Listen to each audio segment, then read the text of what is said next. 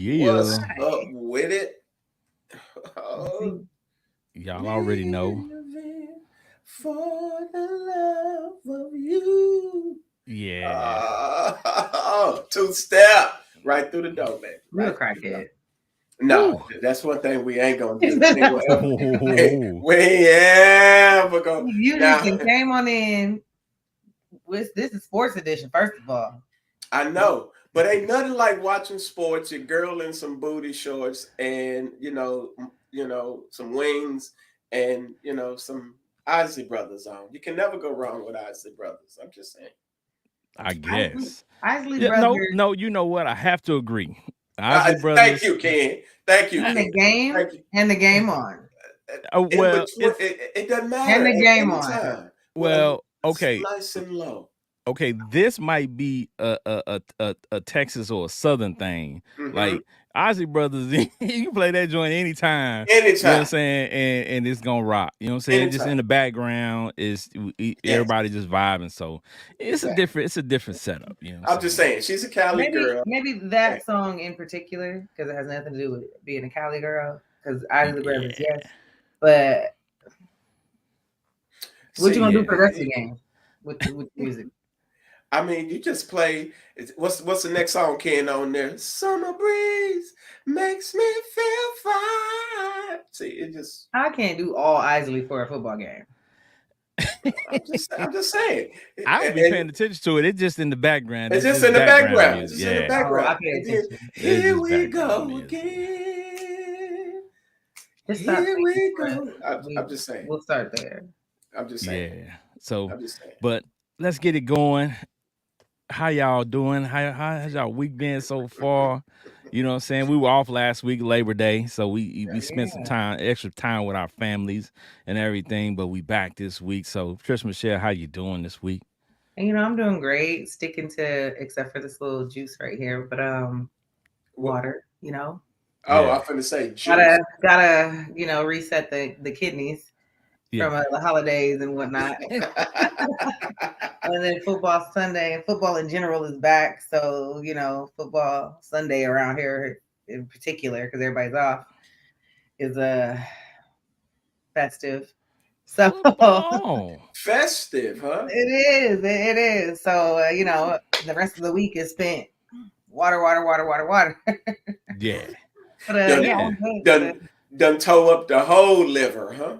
I'm very preventative though. Yeah, that's what I was just gonna say. It's like preventative maintenance. I got the cranberry gummies, we taking care of everything. We making sure everything's still great. Yeah. And then we have our drinks, and then we, you can't just take the bottle to the head and just keep going. You gotta. But did you take the bottle to the head and keep going? But I was preventative. Yeah. Well, it's football season, so some people gonna be drinking more than others because their teams is terrible. So it's definitely a fact. Benji Banks, the man, the brand. What's going on with you, my guy? Woosah. Fun, it was chill, man. Like I'm straight. Holiday was great. I had like an extended, 3-4 days. You know what I'm saying? Got away, went to a few spots. Made my first thing of sushi. You know what I'm saying? Had an executive chef teach me how to make some sushi. You know what I'm saying? So, I ain't a big fan of it neither, but you know what I'm saying? We're on this whole try something new phase. You know what I'm saying? So, it was actually pretty good. It was actually pretty good. It's pretty dope. So, I'm just saying, it was pretty dope. And chilled out at the beach, and you know what I'm saying? Got a little suntan and had some pizza and wine, you know what I'm saying, on the, out by the water, and we was chill, you know what I'm saying? I'm straight. And 45 Cali life. 41 million in cap space by them Niners. We just, yeah, what is there to complain about? 41 million in cap space is gonna get ate up because they're gonna have to pay the quarterback after this season for sure. Yeah, big money.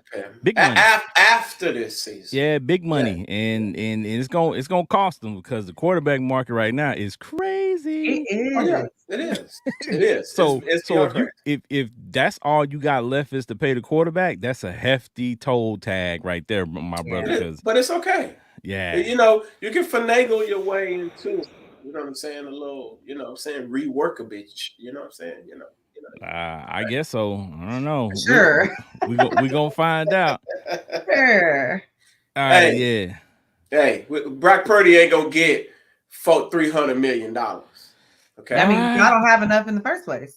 It just what you depends, mean? man. It just depends on Per year. it just depends on how good he plays this season. Depending on So how the season goes, If he win the he can Super, talk numbers, if he get them boys to the Super Bowl, I can promise you he gonna command a hefty price tag. as he should. I would agree. Especially the way y'all was sad to have to use him last season. I mean, we was expecting, you know what I'm saying, Trey Lance to, you know, kind of, you know. Y'all didn't even want him. Y'all doubted him. I'm glad we let that boy go. yeah, you saying that now. You saying that now. But if he pays dividends anywhere, not even just Dallas, anywhere he is, it's gonna look crazy if y'all don't have the right quarterback. So I would agree. That's for any team, but yeah, when you're not it's a a gamble. fit, when you're not a fit, you're just not a fit. Like she could be fine, she could be smart, but she could be hard headed. You get what I'm saying? And she might not work on your team. She might work on you could somebody still else's team. fit if you wanted to. You can if she's working. It's a toxic environment. Yeah, you get what I'm saying? She can be all of those things, but you know what I'm saying? That one thing, you know what I'm saying? And so in Trey Lance, he just, and that's hard to fathom because Shanahan usually works with the worst of the quarterbacks and make them look good. I just think they didn't see enough from him. He hadn't played enough football in the past few years because of injuries and stuff like that. And I think it was just, they just, easily gave up on him. But I think if you take a guy that high in the draft, you saw something. So, we'll see. Well, you got Brock Purdy, so it makes him expendable. So long as he stay healthy, so. Yeah, well, Brock Purdy made him expendable for a few games last year, but we're gonna see now that he's at the controls for the whole season. Now that he's we'll see running it. How it looks, say from this point forward. But yeah, let's get it going, y'all. We're glad to have everybody joining us today. We got a lot of people in the comments already asking questions, so we're gonna get this thing going. And yes, we got Joker 23, Batman 23, King. He's asking, y'all see it, y'all UFC fans? Man, you right on it because that's the first thing we're gonna want to talk about. Yeah, this fight right here, man. Yes, sir. Listen, the Strickland versus Adesanya fight, man. I was shocked. Like, I'm not a huge UFC fan anymore, so I don't watch all the fights or anything like that. But this is one of the fights, of course, I was paying attention to because Adesanya is, the top guy. And I'm like, all right, well, I'm used to seeing him.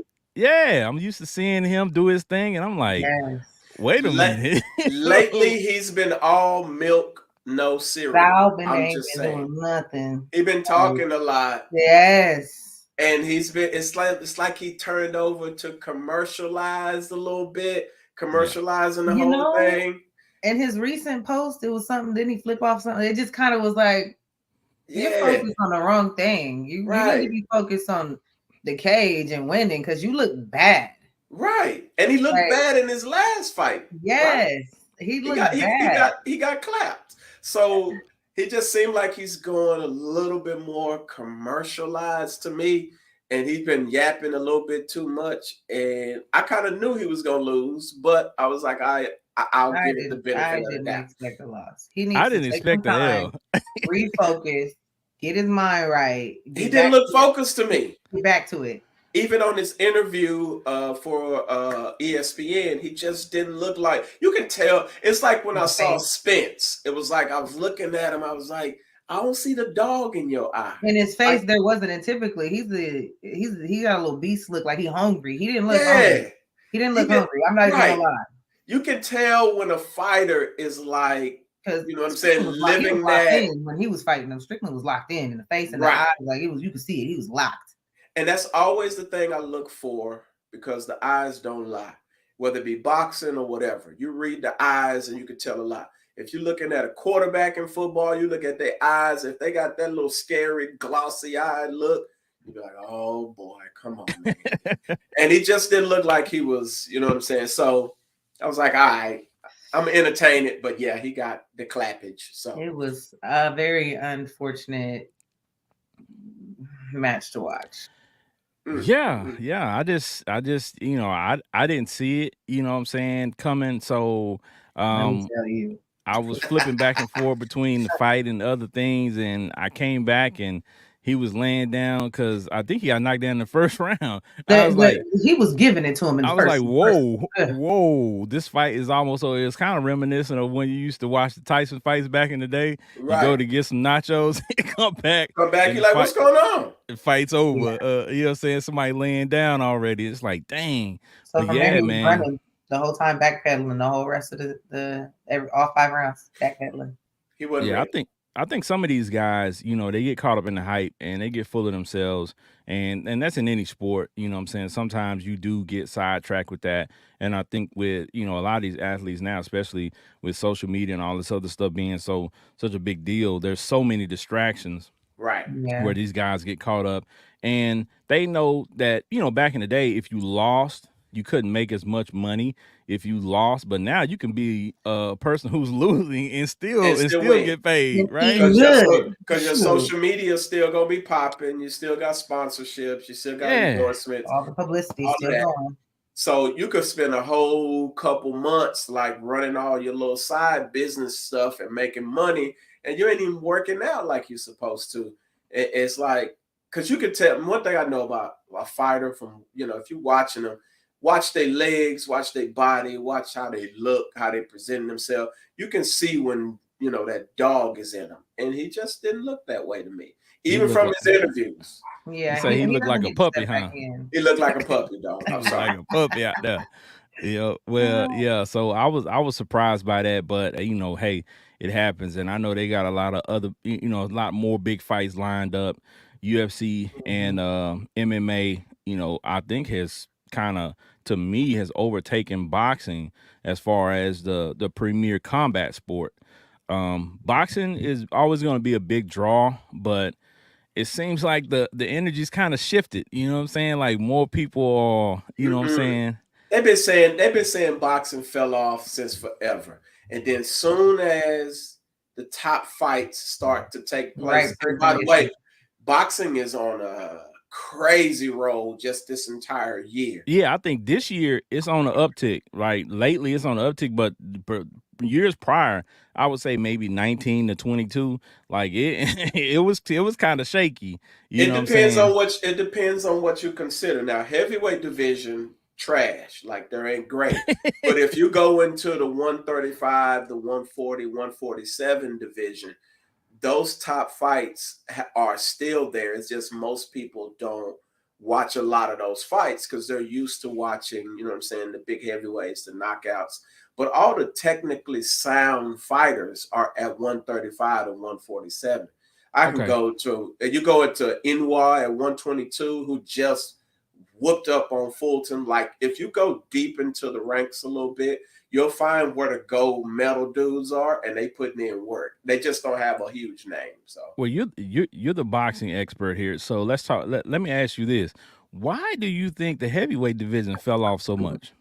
Well, I would say simply because there's nobody really with that star power. I was gonna say, who's up there? Wilder and Tyson Fury. Aside from that, everybody else is sees. You got Usyk, you got Beterbiev, you got guys who are like on the opposite end. They don't speak much English. They're not marketable. Wilder isn't a great boxer, but did he just lose recently? No, he hasn't fought since he lost to Tyson Fury. He hasn't. Well, yeah, that's what I mean. So his last was a loss. Right, his last was a loss, but that was a trilogy fight, which made over hundreds of millions of dollars. And Wilder, let's be real, he's not a great boxer. He's not technically sound. This shows you how weak the heavyweight division is. But he was able to knock cats out, and that's just marketable. So Tyson Fury comes in, who's a skilled boxer, but bro, Tyson Fury's been sitting on his couch for like years before he took the Wilder fight. It was almost like, bro, he looked like total dad bod, But he's a skilled big dude, 6'7", got power, can take a punch. Right. And it's not there. So you don't want to watch. So now you gotta it's not entertaining. Right. And then we're not gonna see 3 times together again. Like, who else? What's next? So that is a boring division. Not yet. Not in the heavyweight. It's not there. And then when you can't deliver the money for a fight, you're gonna have issues, because dudes ain't finna come in there and fight Wilder for no $1 million, because their head might get knocked off. It's like, give me more money than that, dog. Like come on. Like, I might concussions and whatever. I need more money than that. So it's just not a huge draw at the heavyweight division. Yeah, so we got to watch the little guys scrap it out. We got some middleweights, and who's leading the boards there? I mean, listen, Boots Ennis at 147. Listen to me, that dude is a monster. He's a lefty. Boots Ennis is going to be a problem at 147, 154. I don't care. Whenever he gets his shot, he's going to be a problem. I know Crawford just dug into our boy Spence. Okay, right. But Crawford is basically going to move up to 154. So there's more fights there at 154, but he got some talent at 147. It's just Boots is the kid waiting in the wings. And I'm telling you, if you don't know who Boots Ennis is, I promise you, just go look the kid up. The boy is a beast. I have to check him out. Check him out. Okay. Yeah. For the audience tuning in, Benji is our resident boxing expert. I'll watch a good one, but I don't know. Like, we watch boxing, but like, he knows the ins and outs of, each division, the weights and things like that.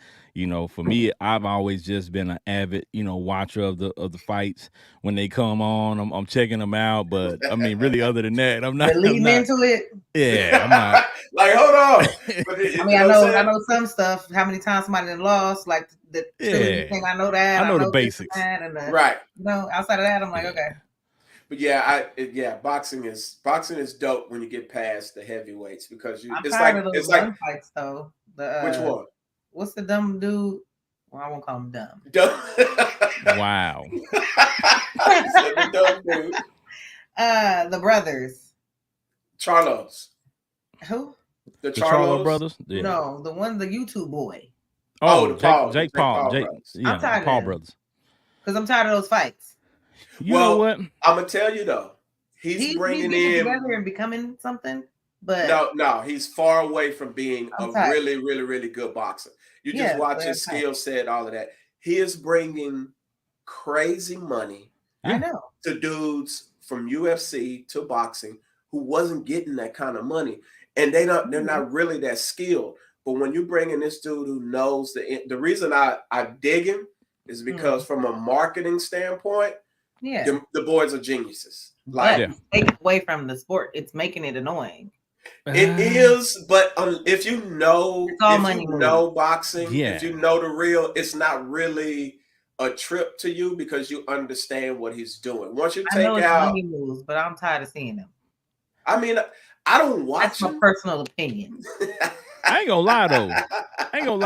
They might not be that great. They might not be that great, but they can actually box a whole lot better than I thought they were going to be doing. You know what I'm saying? When I first heard about them boxing, I was like, man, please. But you can literally see them getting better throughout time. Because they're working it.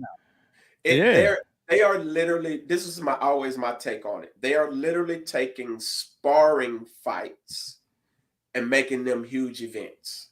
Yeah, that's a fact. Because they're marketing it. Like, the guys he's fighting are sparring session type guys, not like great sparring sessions. You know what I'm saying? Just to get some work in.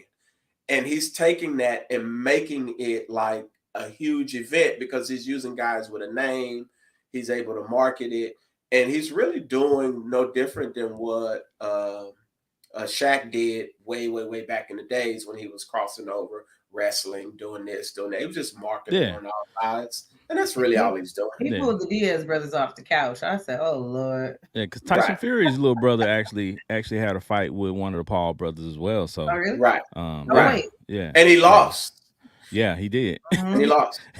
So and Fury's brother is a well, no. Fury's brother won that fight. Yeah. Fury's brother won the fight. Yeah, Right. Fury's and that's brother what won made that him fight. go over to Diaz and fight the Diaz in the UFC. Yeah.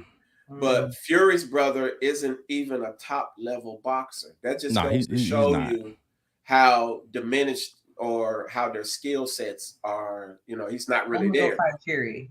Yeah. All right, so let's switch gears over to boxing a little bit, and we're gonna talk about the rematch of this joint. You know what I'm saying? The Spence Crawford. Yeah. They're already in agreement for that rematch, and let's just be honest. A lot of people are not interested in seeing a rematch after that first fight because they were like, there was a total domination. So it's like, why would we want to see part 2 of another beatdown? So, Benji, what you think about that, man? Do you think that it was something, you know what I'm saying, there in that fight that's a redeemable quality that you think Spence is going to come back a different fighter for the second fight? I said this when his first fight first came out, because if you listen to them during their whole preview and all of their marketing, whatever they did, Crawford called it out. He said, Spence is, when I whoop him up, Spence is going to say he had issues at 147, couldn't make weight. He said that. That is very true. Spence shouldn't have been fighting at 147. He should have left. Right. He should have left 147 like 3-4 fights ago. If listen to Floyd, his maximum weight, he should be fighting at 160. So most people won't see that, but I think personally what they just did is like, Bud, like, we can make $25 million off this fight. I ain't finna pass that up. Let's run it back. Let's run it back. I said it's going to be a trilogy. I think Spence is going to win. This is just me. I think Spence is going to win the second fight, and they're going to create a third fight off of a trilogy fight. And that's just kind of how I think it's going to happen. But everything can turn into marketing. Everything's marketing. But you think Bud is really willing to put his undefeated record on the line like that? For 25 plus mil, bruh, listen to me. Bud ain't never made that kind of money in boxing. I'll take it. Especially not under Bob Arum. Okay. He was not marketable. People can say what they want about Bud Crawford. He's a beast, but he's not marketable, bro. Like, he's not. And so Spence got Texas behind him, Jerry Jones, he got the bread behind him, right? And it's just this fight at 154, I think it's not that he's gonna dominate Bud, but what if Bud gets all of that bread and then kind of takes a back seat? You get what I'm saying? Like, I don't enjoy it, you know what I'm saying, myself, enjoyed my family. Now, you know, whatever, it can happen. But I don't think Spence is that bad of a boxer that he got dominated that bad. I just think he didn't look good. I agree. From the opening bell. Redemption's capable. He can come out. Yeah. Right. So do you think it's because he had to drop so much weight to meet the requirement that took a lot of power away from him? Heck yeah, bro. If I'm watching a fight, again, I'm watching the body language, I'm watching the eyes, I'm watching everything. And when I'm watching a fighter dig into you, like, it comes from your legs, bro. If your legs ain't, boxing is technique. You can't just swing with your arms. Like, there's no power in that. You got to bring it from your hips and you got to bring it in. If you ain't got no legs, man, like I'm watching the fight and Crawford threw a jab that knocked Spence on his behind. Spence ain't that weak, man. Like, he ain't no little dog. Like, you get knocked down by a jab, and it didn't look good. No excuses though. He didn't look good at all. But overall, I think the second fight will be much different. I don't think Spence is greater than Bud like that, but I think enough to win a second fight on the cards. So I'm here for the second one. I'll be watching. Definitely. Yeah, I think everybody will be watching regardless to the noise they've been talking about it. Yeah, they still go to watch it. You know, right?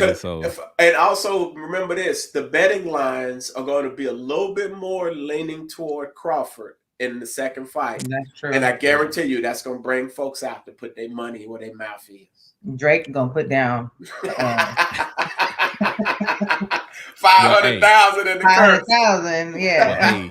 he definitely got it. So, you know what I'm saying? Shout out to him for having it like that, to be able to play with his money like that, man. You know, hey, I don't want to bet $5. I don't want to lose no money. None. You know what I'm saying? I need all my ends. You know what I'm saying? Hey, man, but it opens up the sport a little bit more when you can actually bet.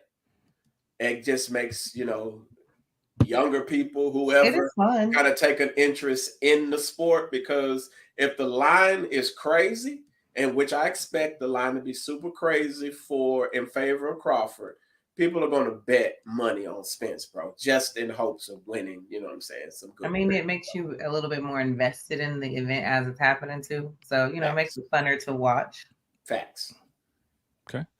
All right, so we're gonna switch gears just a little bit here, y'all. We gotta talk about the ladies a little bit, because we got the WNBA playoffs going on right now that just kicked off.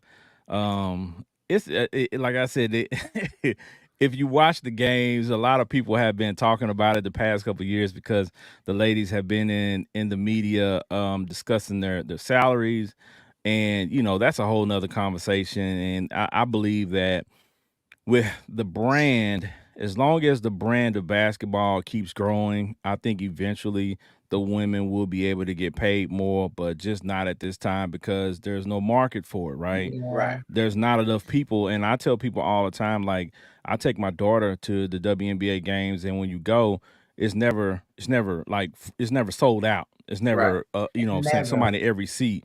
You don't see people, you know, tuning in regularly. So the people who advocate for them to get paid more are not even supporting. So it's one of those things where that's true. You can advocate all day, but until you put, you know what I'm saying, your money behind the cause, it's not going to change anything. Let me see you there all season. Yeah, or buy season tickets and pull up. I love basketball, so it doesn't matter to me whether it's male or female playing it. If it's a good skill game, I want to check it out. And the ladies, they have a lot of skill, and I've seen them up close at the local gyms and things like that. So some ladies can hoop. Some of these ladies. So I know they really can hoop. So it's not a fluke. It's definitely not a fluke. Take away from their talent. Confession. A lot of these guys talking noise out here on the streets to get bopped by these WNBA ladies with the quickness, for sure. So I got a confession, and I'm glad none of my partners is watching this, because they remember back in the day when we used to hoop on March Air Reserve Base. One of the military women hooped me up, man. It was I was struggling with her. Like, she had some game, you know what I'm saying? But every time, you know what I'm saying, she, you know what I'm saying, dribbled from the back like that, I kind of struggled, because, you know, the buns was like right there, and it was like, man, I can't do this, man. I can't play defense on no chick, man. I just couldn't do it. And she hooped me up. It was we was running 5-on-5s. And you all discombobulated. Discombobulated, bro. I couldn't. It's like, how do I play defense on you? Like, you turn around and you're in the way. You turn around. Listen, man. I couldn't do it, man. So, but I got hooped up, and I know my you deserved. Shit. Well, I mean, you know what I'm saying? It happens to the best of them. I have actually been, like I said, at local gyms before. Actually, the 24-hour fitness here that's located locally in Cedar Hill. It's closed now. But one day I'm in there hooping, and I see a lot of people, hear a lot of chatter, and guess who walks through the door, man? Lisa Leslie. Lisa Leslie was living here in Dallas for a while. I'm not sure if she still lives in the area, but she was living here for a while, and she came in 24-hour fitness and was in there getting busy. So actually, I was on my way out, so I stood there for a second just to watch her, you know, as she came in. Of course, when she came in, it's not like the average person. When you walk in, you got to see who got next. If people see Lisa Leslie walk in, they like, whoever got next finna have to, you know what I'm saying? Take a back seat. Yeah, finna have to take a back seat. Somebody gonna get bumped. You know what I'm saying? Right. Yeah, she up next. So she was in there cashing out. And I think a lot of the guys were surprised, number one, but I think a lot of the guys were also surprised at how long she was and how tall she is, because, you know, when you see these ladies, you know they're tall, but to see her come in and she's, you know, 6'4", 6'5", legitimately, and long, and can shoot, and, you know, got real skill. think a lot of the guys were shocked.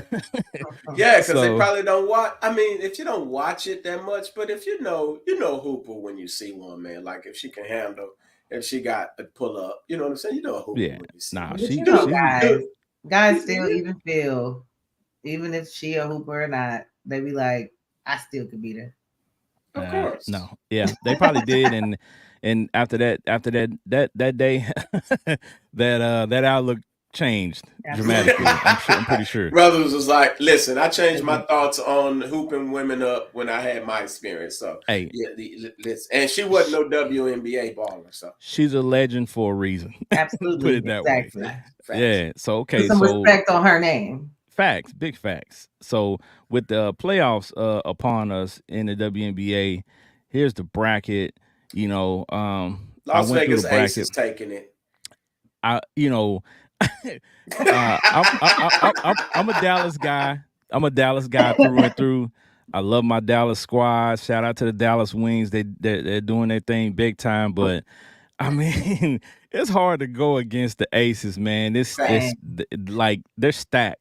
And she went, and old girl Candace Parker is on their squad. So yeah, she went there for a reason. Mm-hmm. Yeah, so I think the Aces are gonna be the hands down favorite to win it. They won it last year. Right. So they have the best player in the league on the squad, and not Candace Parker. Right. So Candace Parker is like the she's the vet on the roster. She's the vet. Just solidify. You know what I'm saying? Solidify everything on the roster. So yeah. Yeah. She doesn't have to do the heavy lifting. Yeah, she ain't got to drop 40. No. Nah, not at all. So yeah, everybody's gonna rock with the Aces. So shout out to the WNBA. Hopefully, like I said, people will tune into the playoffs and see a good brand of basketball and get behind these young ladies because they need that support and they need that love, man, because they're really out there doing their thing for sure. Now I did hear, right? They can hoop. I listen. I ain't denying them that. It's just, you know what I'm saying? We so used to watching dudes hoop, and dunking and all that. It's kind of crazy. But where's BG? Where's BG at though? Brittany Griner. She came back this season and she was hooping. What team is she? Phoenix. Okay. Yeah, Phoenix had, Phoenix got a decent squad too. So I mean, it's not the fact that Brittany's not hooping, but it's like, she has her game, but I don't think that she's at her level, at her usual level, because she was out for so long. So I think she still has to kind of work to get, back to that level that she was. So, but yeah, man, these girls hooping. And Diana Taurasi is supposed to be back in 2024. So we'll see. We'll see where she lands and whose squad she lands on. Yeah, for sure. All right, so we got one question that we got concerning the women's basketball. What y'all think about Angel Reese could bring the WNBA if she chooses to go? Good question, Kay Anderson. I think Angel Reese is gonna actually, bolster those numbers because people follow her, and I think she's entertaining, and I think she's gonna have another great season at the college level this year. And they're probably going to win it all again with the squad that they have because they added some more amazing players to that squad. She's a beast. So, I think people really didn't know her game, and they expected to see her kind of more of a Candace Parker type, where she scores a lot, and that's not her game. She's an overall player. Yeah, like she's a defender. Yeah, she's an all-around player. Like she's an all-around gamer. Yeah. So I think they're gonna probably be favorites to win it all again this year. So I think players like her going into the WNBA are going to definitely pull in more audience. But at the same time, these young ladies are about their money. So when they go overseas, they can get paid a whole lot more. Way more. Yeah. So, now Reese, from what I understand, she gets paid pretty good in college. Yeah, and that's why she stayed. College and endorsements too. She got a lot of stuff going on right now. Yeah. So hopefully she ain't in no rush to go to no WNBA. Well, but hopefully for her, as she transitions to the WNBA, that still remains, and that will make up the difference between her trying to go overseas, and her being able to stay home locally during the WNBA season and actually compete and actually still make, the money that she wants to make. So hopefully her new stardom doesn't push it faster, because she is running into the issue of being able to go. She don't even go to school on campus no more because of her fame now. So hopefully that don't push her to jump, because that'll do it too. If you're already getting followed around everywhere and all this, I might as well jump on over to WNBA. Yeah, I mean, you better be able to handle that fame, because it's coming. Yeah, I think that's definitely the move for her. So we're gonna wait out, this season to see the college basketball season to see what they do. But we'll be looking for her to be in the WNBA the following year, and she will, more than likely be the number one pick. So absolutely. Her coach just got a new deal. Moki just got a new deal, so she'll be around for a while. And that LSU team, man, they might clap everybody again this year. I don't know. Yeah, we'll see. They're the favorites, so I'm pretty sure they will. From what I believe, LSU is the one to beat if you can. Yeah, in women's basketball, definitely not football. Well, yeah, we're gonna talk about that today. Yeah.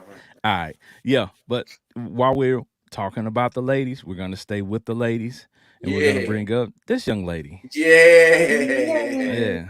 So shout out to Coco Gauff. Right. She won the U.S. Open, beating the number one ranked player in the world. Well, Sabalenka. Arena Sabalenka. She was number 2. They are promoting her to number 1. But I watched the whole match. And bro, listen. I thought that girl. Now, Sabalenka, I don't know if she's Russian or what. I don't know what she is. But that's a big old girl. So I thought after the first set, when she won 2-6, Coco looked frustrated. And I was like, man, she might not. And then, the next set, she took over. It's like she got her strength from somewhere. She got quicker, her serves. Now, I'm going to tell you something crazy, man. I don't know. I got to try it out. Have you ever had a ball come at you 120 miles per hour? No, sir. Bruh, that's what they were hitting on their serves, from 112 to 120 miles per hour. I did hear that they can serve 100 miles per hour plus. Yeah. Bro, I heard. Oh, my Lord. Bro, when them serves started to come, because they put it right on the screen right behind them when they serve up, and bro, them balls was coming out. I'm like, that's how you know them women got some strength, and they strong as heck. But have you tried to play tennis? No, I actually just bought me some tennis rackets. Let me tell you, I'm about to hit it up. Because I want to see for myself. I want to experience it myself. Fit ain't fit enough. Let me tell you. Yeah. Them women are fit. The fit is not fit enough. I play basketball and ran out of breath playing tennis. And I really was full body, yo. Okay. Yeah, tennis is tough because you're out there. It's a solo sport, right? Unless you're playing doubles. But generally, if your tennis match, it's a solo sport. So it's just you. It's just you and your opponent and the ball. Side to side, all the movement, all the swinging, and you got to think, every man, muscle in the body. Right. If that ball is coming and y'all serving and y'all bro, Coco had one where it was a 40 serve. They kept going back. It was 4. I forgot what they call it. It's terrible. I should know because I was watching the whole thing. But 40 back and forth, they hit the ball 40 times. I can't even do 4. I'm dropping right. And it was crazy. I'm watching it and I'm like, yo, that's got to be tiring. I've never tried it before, so I'm going to go try it myself. And I just got me some tennis rackets. Update us. Because I'm already knowing. No. Don't update us. Record it. Yes, I'm going to record it. Yes, you know I am. We definitely want to see that. Definitely. I definitely am. The tennis court is already up the street from the house. We're going to pull up and we're going to do some tennis. All right. I'm going to check it out and see what's going on. Shout out to Coco, though. 19-year-old. Absolutely. Won the U.S. Open. Won her first one. So that's dope. I can't wait to ask her. Go ahead. What's she going to do with her money? if she was gonna pay off her debt. She said, "What's debt? I'm 19." She's still at home with her people, where she should be. That's dope. That's dope, though. So enjoy that win, girl. Yeah. Right. Hey, it was dope to see her dad out there, her family, everybody supporting her. And after she won, she literally went up into the stands, mom, aunts, trainers, all of that stuff. And she was just in there. Like, it was dope to watch. It was dope to see. And I skipped an event just to watch that. So I'm glad she won. Yeah. Dope. Shout out to her. Yeah. All right. So we're going to stay in there with the ladies again. And another young lady that has been doing tremendous things, Miss Sha'Carri Richardson. Oh, the Texas girl, huh? Yeah, Dallas, Texas, straight out of Oak Cliff with the gold medals on. I see you. Yeah. So she did work, you know what I'm saying? Shout out, you know what I'm saying, 214. You know what I'm saying? You know, Dallas, Texas. And you know, she's always been an amazing, you know, an amazing athlete. From high school, she was, you know, tops in the state. She goes to LSU, tops in college, and there's no surprise that she is such a, you know, such a big name right now at such an early age. And a lot of people forget that she's so young. I think she's only 22, right? Yeah. So she's not even at her peak yet, right? So can you imagine her when she gets to her peak? How fast she's gonna be, and she beat the fastest woman in the world. Yes, caught her in the relay and caught her in the 40. So like, she on the way. Yeah, so I mean, you know, and it's funny. It's funny when the track and field comes around, and especially, you know, World Cup and, you know, Olympic time, you know, we come around those times, it gets very competitive. And I went to college with a lot of people from Jamaica and from the islands. So I have my Facebook timeline is lit up. It's like, you know, yeah, we doing our thing. But for the first time in a while, the Americans, you know what I'm saying, ran the table. They ran the table this year. Absolutely, yeah. So yeah, shout out to my folks from the islands. I know they weren't happy at all. Hey, they ain't got no choice, because that girl, man, she came ready. She came ready to roll, breaking records. Like she's out here making sure everybody knows that regardless of that BS, she that one. She still had the blunt in her hand, so I ain't tripping. So what?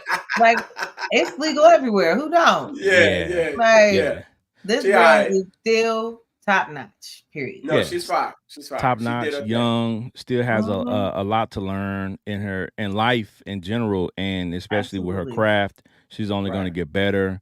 So shout out to her, wish her the best, and you know what I'm saying, and I like the way that she recovered from, you know, the things that she was going through, and I also like the way that she treated some of the media people that treated her, you know, bad, you know, when she was going through everything she was going through. Sometimes she wouldn't give them an interview. Yeah. Sometimes you do gotta check those receipts. You know what I'm saying? You gotta keep those receipts, man, and check them and be like, nah, I'm good on that. Because people gotta respect you, man. People gotta respect you. And you gotta demand it sometimes. Yeah, man. That's Flo Joe 2.0. That's all I'll say. I agree. Like Flo Joe I agree. I like it. I'm here for it. And like I was saying earlier, I mean, people gotta remember, 22 years old. When we were 22, we were messing up. We were making decisions that weren't the greatest. We were saying things that weren't the best. So she got the grace that she deserved in my book. And she was able to recover and come back stronger, and she'll continue to get better, and she'll continue to improve. So I'm looking to see, you know what I'm saying, world records being shattered by her in the years to come. Yeah, definitely. She gonna keep going. Hopefully she don't have a layoff from her name success. We're gonna see often. Yeah, definitely. All right, so we're gonna shift gears just a little bit. We're gonna stay in the track round, but we're gonna switch over to the guys, right? And this guy right here also won the gold medal, Mr. Noah Lyles. Started a fire, huh? Shout out to him. Well, hold on. He's a 26-year-old American sprinter. You know what I'm saying? Won gold. You know, so shout out to him for putting in that work. And achieving that goal. But good job for that. That was overshadowed by some comments that he made concerning what a world champion is. And he made the comment that, had the NBA community up in arms because he said NBA champs should not be considered world champs. I don't know why they gave him the time of day. Anyway, stay on the track and keep your mouth. Well, you know what? I was gonna say the same thing. Like, hold on. Wait a minute. Shut up talking to me. Well, yeah, I think there's two things here, right? I'm gonna go to you all to before I go into my whole spiel. But there's two things here: his age and the sport that he's involved in, right? He doesn't know the workings of how the NBA works and how basketball works and the history and all that stuff. He's 26. I'm pretty sure he didn't do his Googles right before he said that. Diarrhea you know what I'm saying? You know what I'm saying? He was up there. He had just got the gold medal and he had accomplished some things big and he was feeling himself. So he made some comments, and that's okay. Again, young fella. You know what I'm saying? So Trisha Michelle, how do you feel about his comments? The NBA champs being the world champs. How do you feel about that? I feel like I said, shut your mouth. Like talk about what you should be talking about, which is that track and anything that has to do with that track.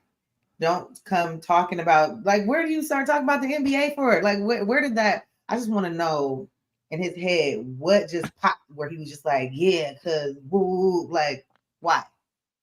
Because you don't have nothing to do with what goes on over here in the NBA. Like you said, the process and the things that they do to get to where they go and what they do over here. And just like they ain't got nothing to do with what you do over here, so they can't talk nothing about you. Be quiet, boy. Sit down. So he's just young. He just talking. You're excited. You got your win.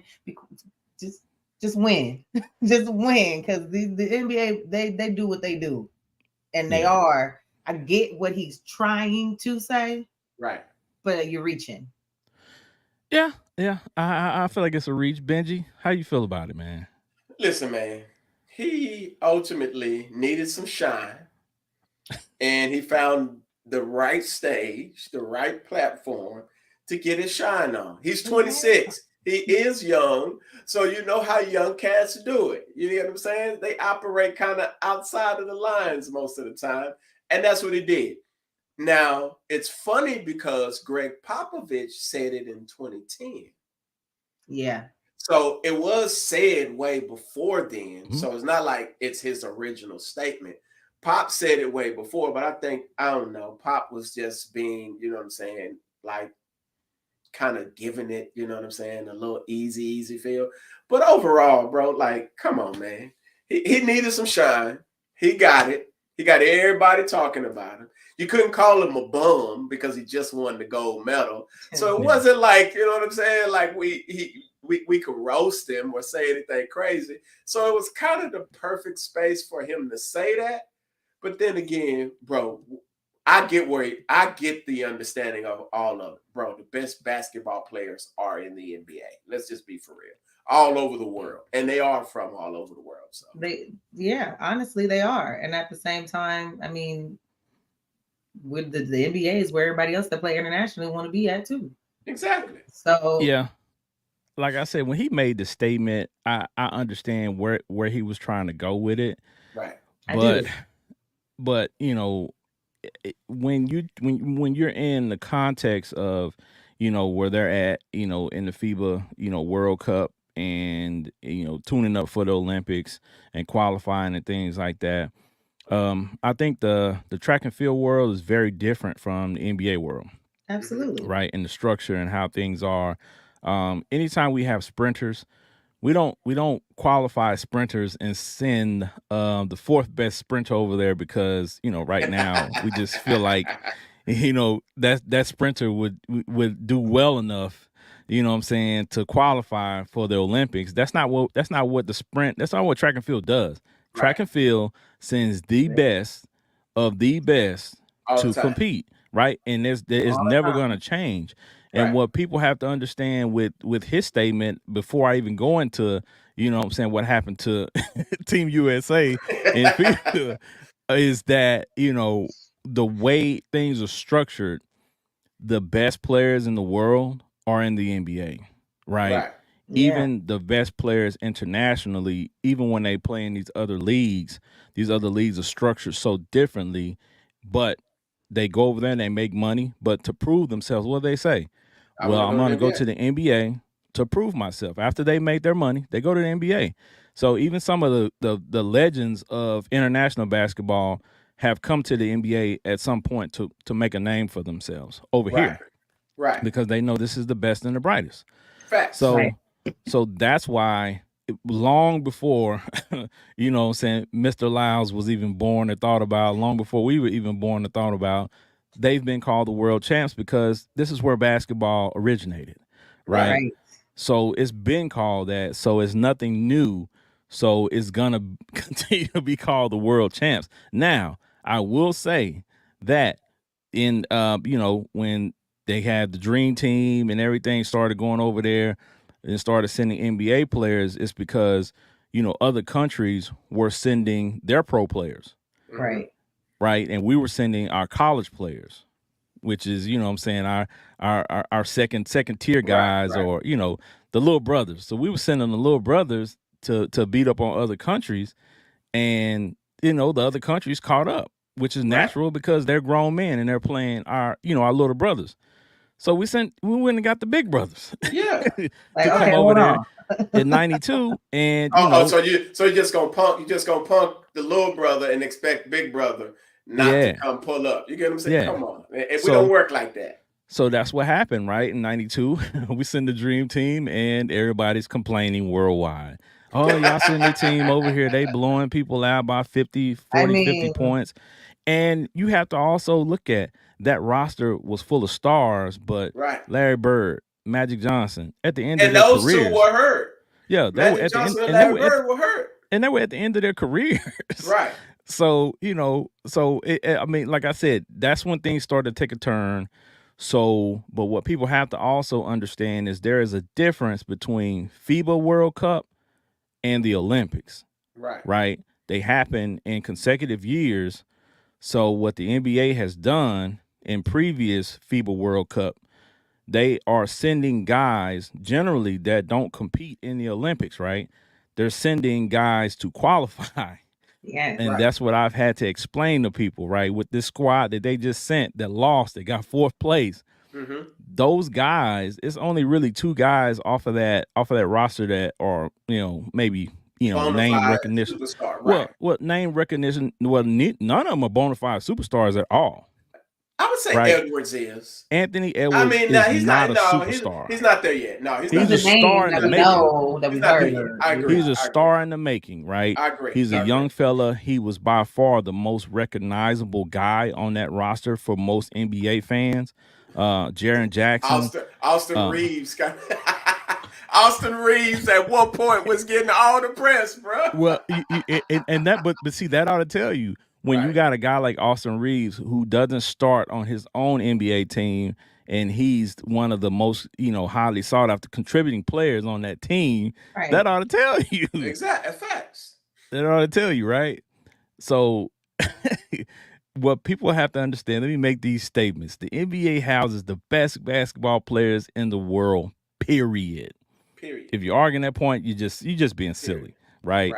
So what people have to understand also is the FIBA champs, I'll say this, are the world champions, right, for that moment due to the collection of countries that they have over there, right? So if we send a team and the USA team does not, you know, win or anything like that, that's where this argument from Mr. Lyles resurfaced, and it's like, okay, now Team USA is over there. They got fourth place. So now we can say, you know, proudly, because people were waiting on that moment to say, you know what, ha, ha, ha, y'all lost, so y'all are not the world champions. But there is also a flip side to that. So now the NBA, and I think LeBron got on social media the other day and talked about, you know, put the little eyes and was like, yeah, we see it. We see the talk. You know what I'm saying? We see what's going on. So this is what the talk has been the past couple of days. So So Redeem Team 2.0. So we're going to go over there and we're going to send the big brothers back over there. And I'm calling these guys the Avengers. So we're going to send the Avengers over there to avenge the loss of, you know what I'm saying, the little brothers that we sent over there. and people are gonna call us bullies again, right? Right. I mean, a squad. I mean, anybody with common sense know ain't nobody overseas beating that team. Just watch your mouth. Shut your Yes, mouth. but it's too late for that now. But that's the we talked it, and now here we come. Right, it's too late. We here now. We got our billy clubs, and we got whatever we need to do, and we about to put Call in us some what you work. want, but you called us. You sent for us. Right. So here we go. I mean, this is a heck of a team. The only issue I could see this team having, the only issue that plagued us this, in the FIBA World Cup was rebounding. Right. Because we got to remember that internationally, they still play with a lot of big guys. Right. And in the NBA, the game has kind of changed where we still have big guys, but the big guys are not traditional. So international bigs, they step out, they shoot. A lot of the guys in the NBA have adapted those skills, but the international game still has traditional bigs that they mix in sometimes that get on the board and get after it. Now, I'll say this. A lot of those international players, they play their hearts out. For their countries. Yeah. They are serious about that name that's across their chest, and they're giving their absolute all. So, again, I think a few years ago, I saw the special about the Olympic team that went over there, and they had like tryouts, and they were like they had NBA players trying out and things like that, and a lot of people said that was crazy, but I think they need to go back to that to make sure that they got guys who are really wanting to do it and guys who are really willing to put the effort in to go over there to represent well. Right. And also, it's not about sending not just the best, but you also have to guys that are willing to concede control, right? Right. Because you got guys like when they sent Jordan and all them over there, all those guys were scorers. Every last one of Barkley, all those guys were the guy on their team, and they had to, dumb it down a little bit to say, okay, I'm not going to be the guy. I might not be the guy this game. He might be the guy this game. Right. He might be the guy that next game, but we're all going to go over here because we're trying to win this gold medal. Right. So, now in that case, that squad, scoring wise, is a problem. Yeah. Like it ain't too many. I mean, that's a given. Yeah, that's gonna be a problem. But I will say, I wish we had one more big in there besides Draymond. I know Draymond probably has to go, so to speak. Bam Adebayo should get a call on that list. Well, again, let me say this, people. That is not the roster. They have not. More likely it will be though. More likely that's everyone's dream, Ross. A lot of these, trust me, a lot of these guys will be on that roster, I'm sure. But I'm pretty sure you're going to see a young person, young players like Anthony Edwards, who will probably be on that next team. Right. Because quite honestly, you're going to need guys like him, the young guys with the experience. You need them to get that experience, right? Because he's going to be that next one after that. He's going to be probably, I mean, it's arguable, but he's probably going to be one of the best, if not the best player in the league. He might be the new face of the league. Yeah. Quite honestly. So, you want to have guys like that in the mix. Give me Jason Tatum. Yeah. Hold on now. I mean, I know you're a Boston. I know you're a Boston fan, but I'm not gonna lie to you. If I had a ticket, right, and they said, okay, you want to go watch Jason Tatum play, or you want to go watch Anthony Edwards, I'm going to watch Ant. I'm going to watch Ant play, dog. I'm sorry. I seen that boy live against the Lakers, and I'm telling you, the boy Ant is an exciting guy, man. Ant can ball. He's an exciting guy, man. And if I'm gonna get that ticket, I want to go see some exciting basketball, man. I can't lie. Ant is that type of kid who's captures your eye. He can ball, all of that type of stuff, but he ain't polished yet, my man. He ain't polished yet. I mean, he's been in the league just a few years, so he'll develop that. Yeah. But he's got a raw talent that everybody ain't got. Because I mean, I was just watching him. You already know the word has been he's Jordan's illegitimate son, but it's crazy because I watched him during the FIBA tournament, and his elevation is just ridiculous. Yeah. And it's so easy, bro. Like when he jumps, it's so easy. I'm like, it's just beautiful to watch, man. Right. It's beautiful to watch. So it's up. It's only up from there. Yeah, definitely. So yeah, I think we're gonna have to send the Avengers over there. Call us bullies or whatever the case may be. A statement's got to be made, and I think it's time. Yeah, I think it's time. You shouldn't have said nothing. You shouldn't have been talking. Yeah, that'd be great. Yeah, definitely got to do that. All right, so I had a question that was posed to me, so I had to bring it to Trisha, Michelle, and Benji, right? We're going to stay in basketball a little bit, but this is about the history of basketball, right? This is something the audience can participate as well. You know what I'm saying? Y'all get in the comments and let me know your answer to this question. But if you had to make a starting five of any NBA Hall of Famers, who's your five? Easy for me. Easy for you? Okay, so Benji, you go first. This is easy for you. Tell me your five. Kareem. I'm gonna take Tim Duncan. I gotta take Timmy. Okay. My small forward is between Bron and Bird, but I'm gonna go just because I'm a contrarian and I'm wearing a Boston jersey. I'm gonna go Bird, and then as shooting guard, this might surprise you. I ain't a Jordan hater, but I'm gonna take Jordan, obviously, and then my point guard, I'm taking John Stockton. That's it for me. Okay. I mean, there's no argument here. You know, everybody's got their own taste. That's a good. You can't go wrong with that. You can't go wrong with any of these, really. You know what I'm saying? They're Hall of Famers, but you know what I'm saying, that squad, that's a good squad. I can't argue with that. You know what I'm saying? I like that squad. Trisha, Michelle, what's your five? Being the indecisive Libra.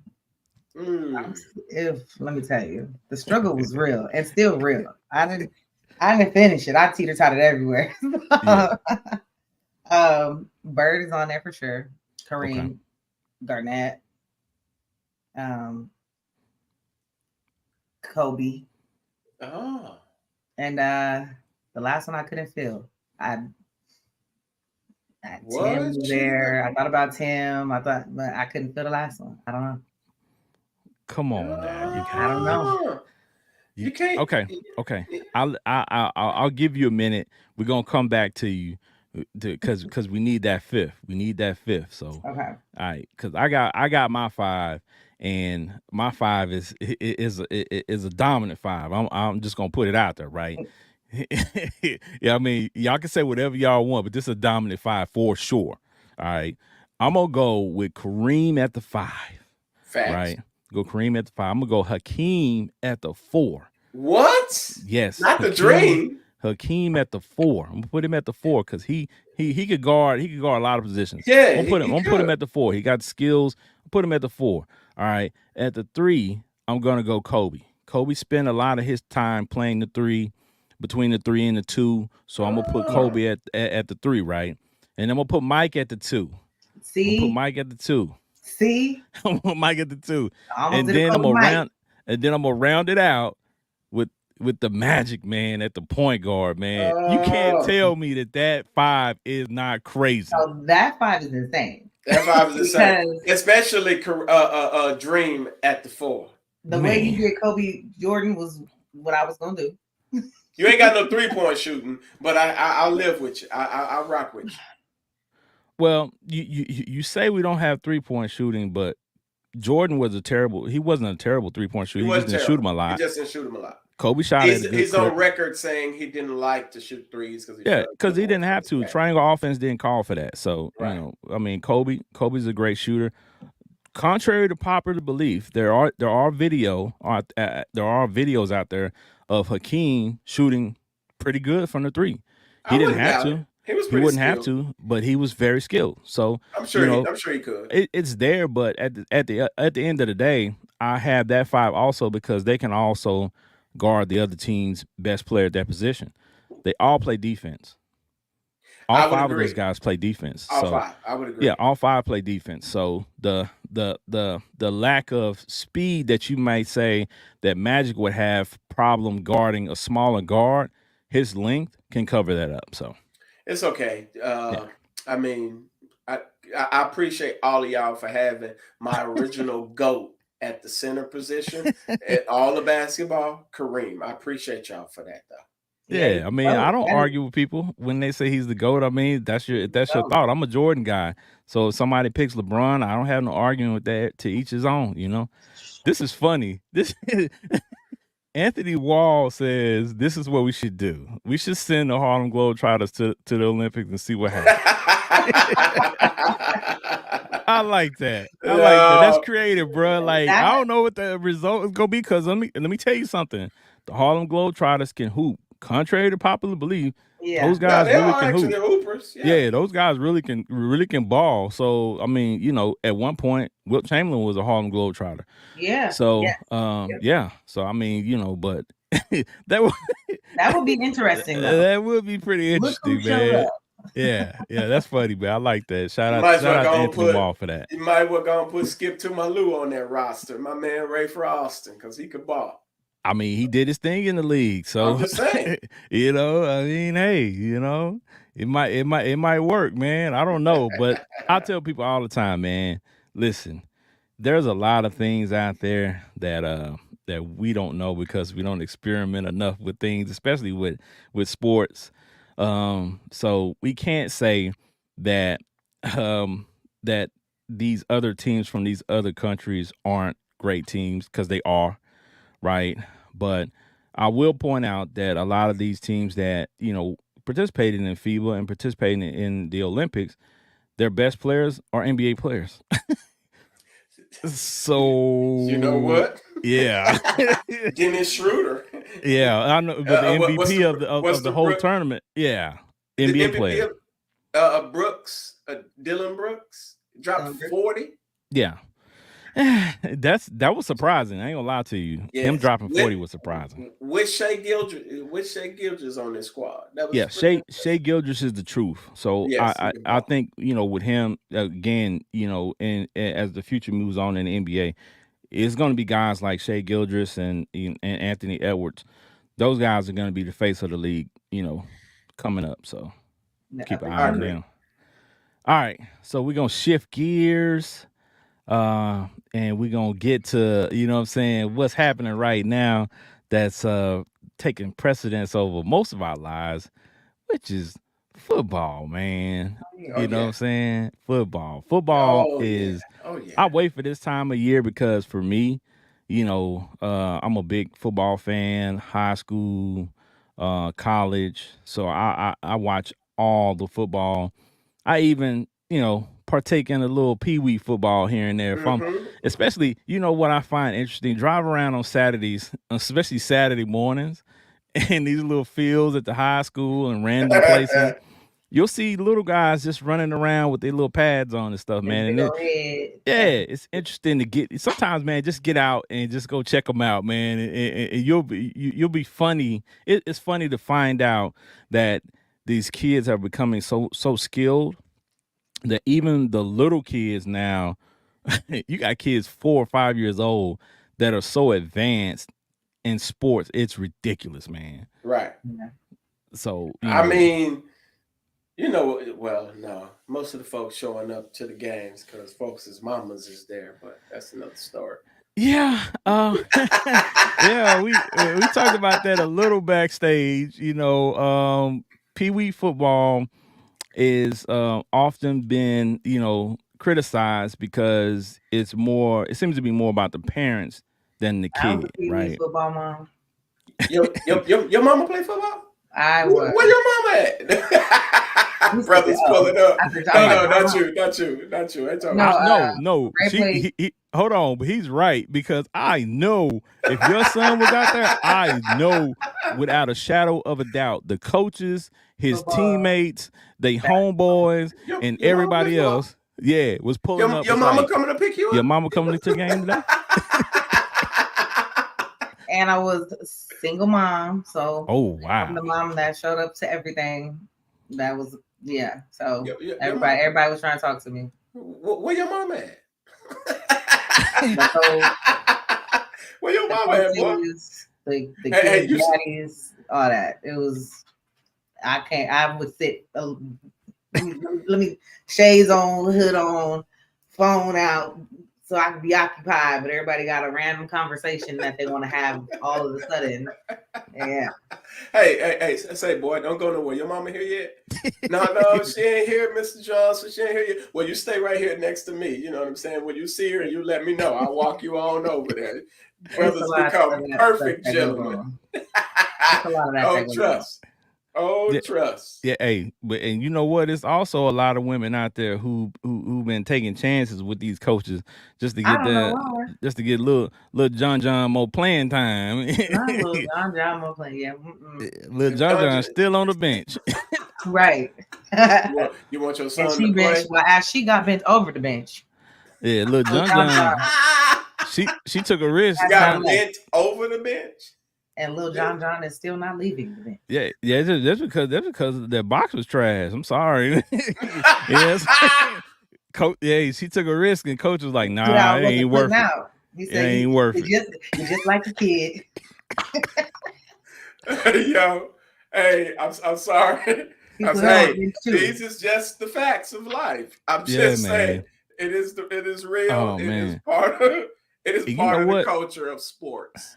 And Pee Wee football is so crazy. And I pulled this picture, man. Look at these little kids, man. These little kids, these jerseys, these helmets. Look at his eyes. Little fella got a shield on. You remember back in the day how much effort it took for us to even get a shield? Now every kid on the field got a shield. We had the football pads this big in high school. My little nephew used to be taped up, tape matching this way, the little bands around him, the shield. He's switching every weekend. We was out there. We was suited and booted and little fly dudes on the field. That's a lot of money. Prime said if you look good, you feel good, feel good, play good. Play good. If you play good, they pay good. I mean, I ain't mad at him for it. Yeah. We had the pink cleats for October. It's a good thing, but I think, for me, I think it needs to be reiterated that, especially at that level, that the importance needs to be placed back on the kids, man, and not not so much the uniforms, not so much the parents and stuff like that, because it's a cash grab, man. It's very expensive for a lot of these organizations for these kids to participate. So, I would hate for a kid to have on all this stuff and you pay all this money and then they go out there and they're not learning the skills that they need to be successful as they elevate. And also, they're going to look good and lose. We're not doing all that if you suck anyway. Because if you go to practice and you staring at the butterflies. I mean, we need to put this brother in some science classes or something. Yeah, like we're not doing all that. That's rewards. You get to look like this because you acting like you really want to be there. Yes, Snoop does have a league for the kids. Yes, he's had one for a long time.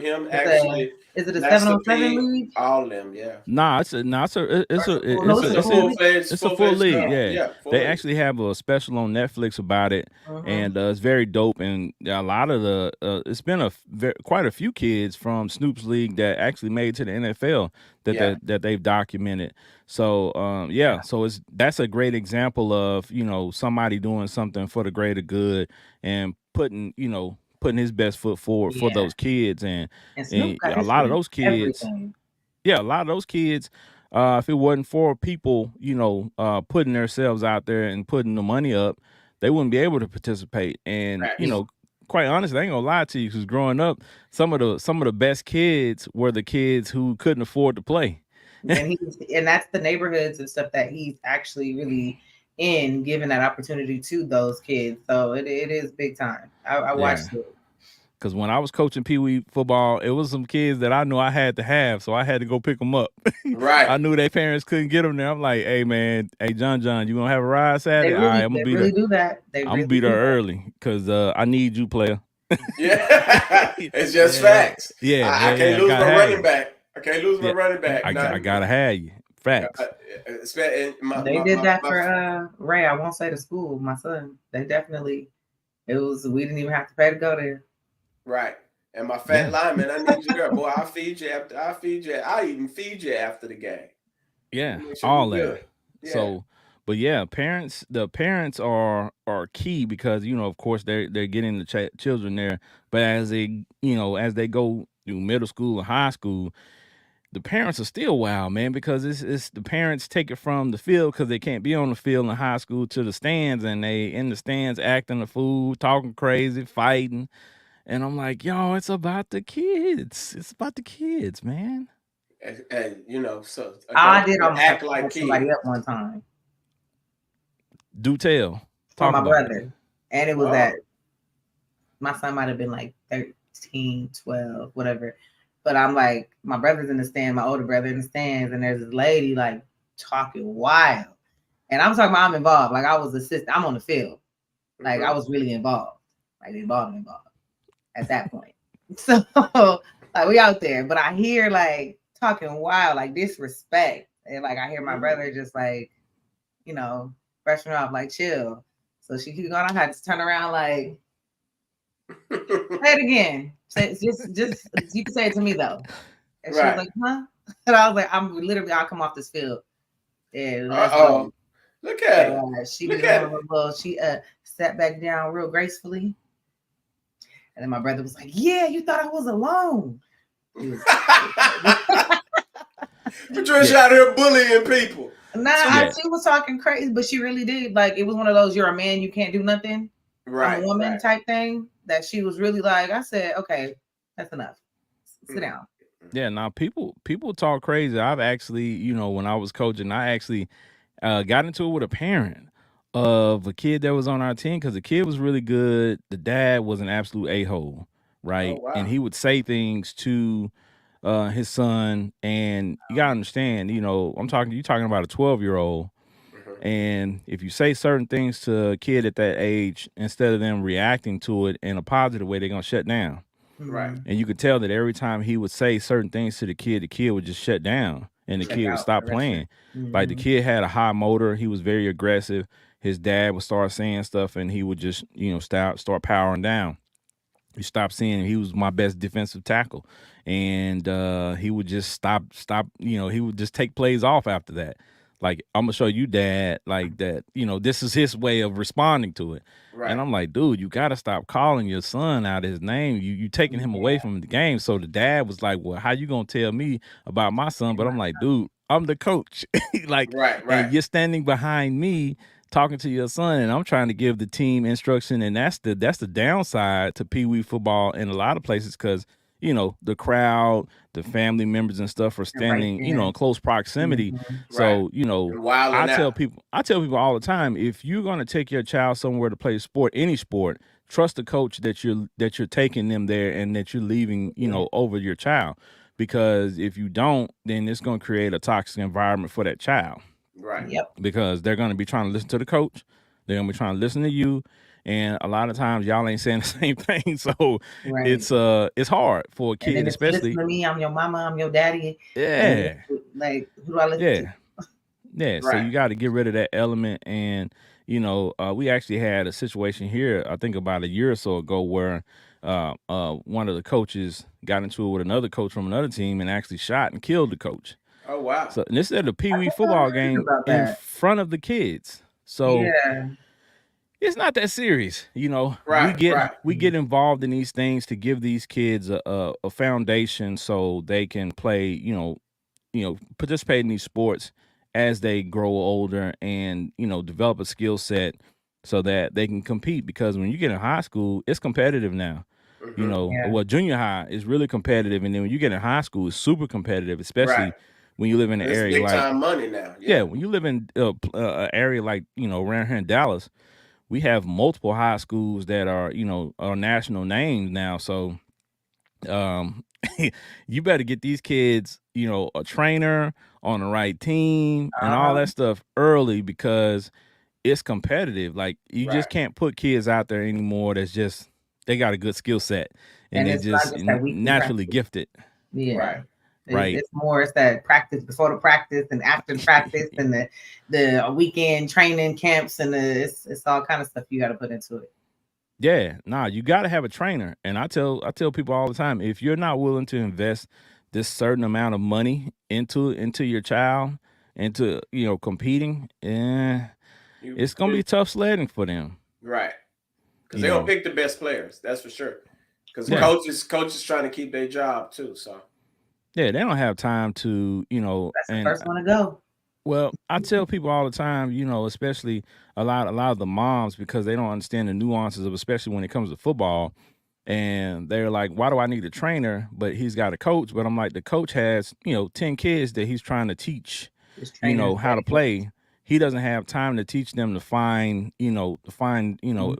details of each position. That's what they need a trainer for. They need a trainer to work with them on those fine details, so they can take. Right. Yeah, so they can take what the coach is teaching them, take that specific skill set, combine the two conceptually, and do what the coach is asking them to do, and that way they turn into a different player, because it's also an investment, right? Because you want that child to get a college degree, free college degree, a scholarship. So, the money that you're spending is an investment on their career. Right. So, and shout out to my homegirl Monica McCarley. she's in the audience. She says an outside trainer is super important, and she should know because her son is a 5-star high school defensive end. Right. So she definitely knows. Her son is one of the top players in the nation.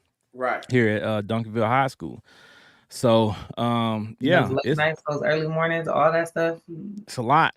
That intimate one-on-one trainer outside of just that practice that they get, it all matters. Right. It's a lot. Yeah, it's a lot that goes into it, but it's worth it when they get that scholarship and when they can go to school and get a degree for free and enjoy that piece of their life and have an opportunity to make it to the professional ranks. Mm-hmm. So, and then they make it to the professional ranks, and you may, that little investment you made earlier, get you retired early. Yes, you better believe it. Mama, I made it. Facts. Facts. All right, so we're going to shift gears just a little bit from high school to college football, and we all know what the biggest topic in college football right now. That man is this guy right here, man. Doing this thing. He is.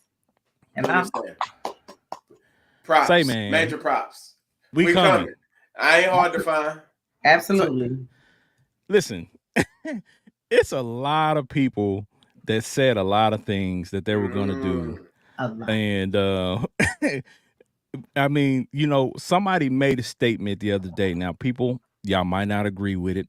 There's a lot of people out there who don't agree with or who don't believe in, religious things. But they said that man got to be blessed, man. He got to have some type of anointing on him because everywhere he goes, he's been successful. Mm-hmm. Right. He knows. Listen, he's great for branding, but he knows how to gather people. Like that's a lost art. He knows how to bring people together because he doesn't operate in that whole selfish mode. Like he's willing to collaborate with everybody. And I think that's, a thing that in a lot of cases, a lot of people don't possess. They don't know how to share with everybody and bring everybody into a collective group. And he does that everywhere he goes. And I mean, it's dope to me, man, because seeing a brother do it, on such a high stage, I mean, that's dope. Yeah, that's the part right there. Nobody expected this though, dog. Like for him to come in, number one, the first game against TCU. Yes, that TCU team was in the national championship the year before. Yeah. And he comes in and they win. Yeah. I mean, think about it though. Like he's got a team where it's full of all new talent. And he brings in all of this new talent, and it's kind of shocking, you know what I'm saying, to everybody, because nobody's really seen a lot of these players. He didn't reload the same roster. He's got a whole new roster rolling. Trust the process. That's true. That's true, man. And I mean, I didn't doubt it, but for him to come in and win the second game, and then by the margin they won the second game. Mm-hmm. Oh wow. Yeah. I'm not. Nebraska's defense is good. I expected them to win that game. The true test is Oregon, though. TCU definitely was, you know what I'm saying, a ranked team, great, really good team.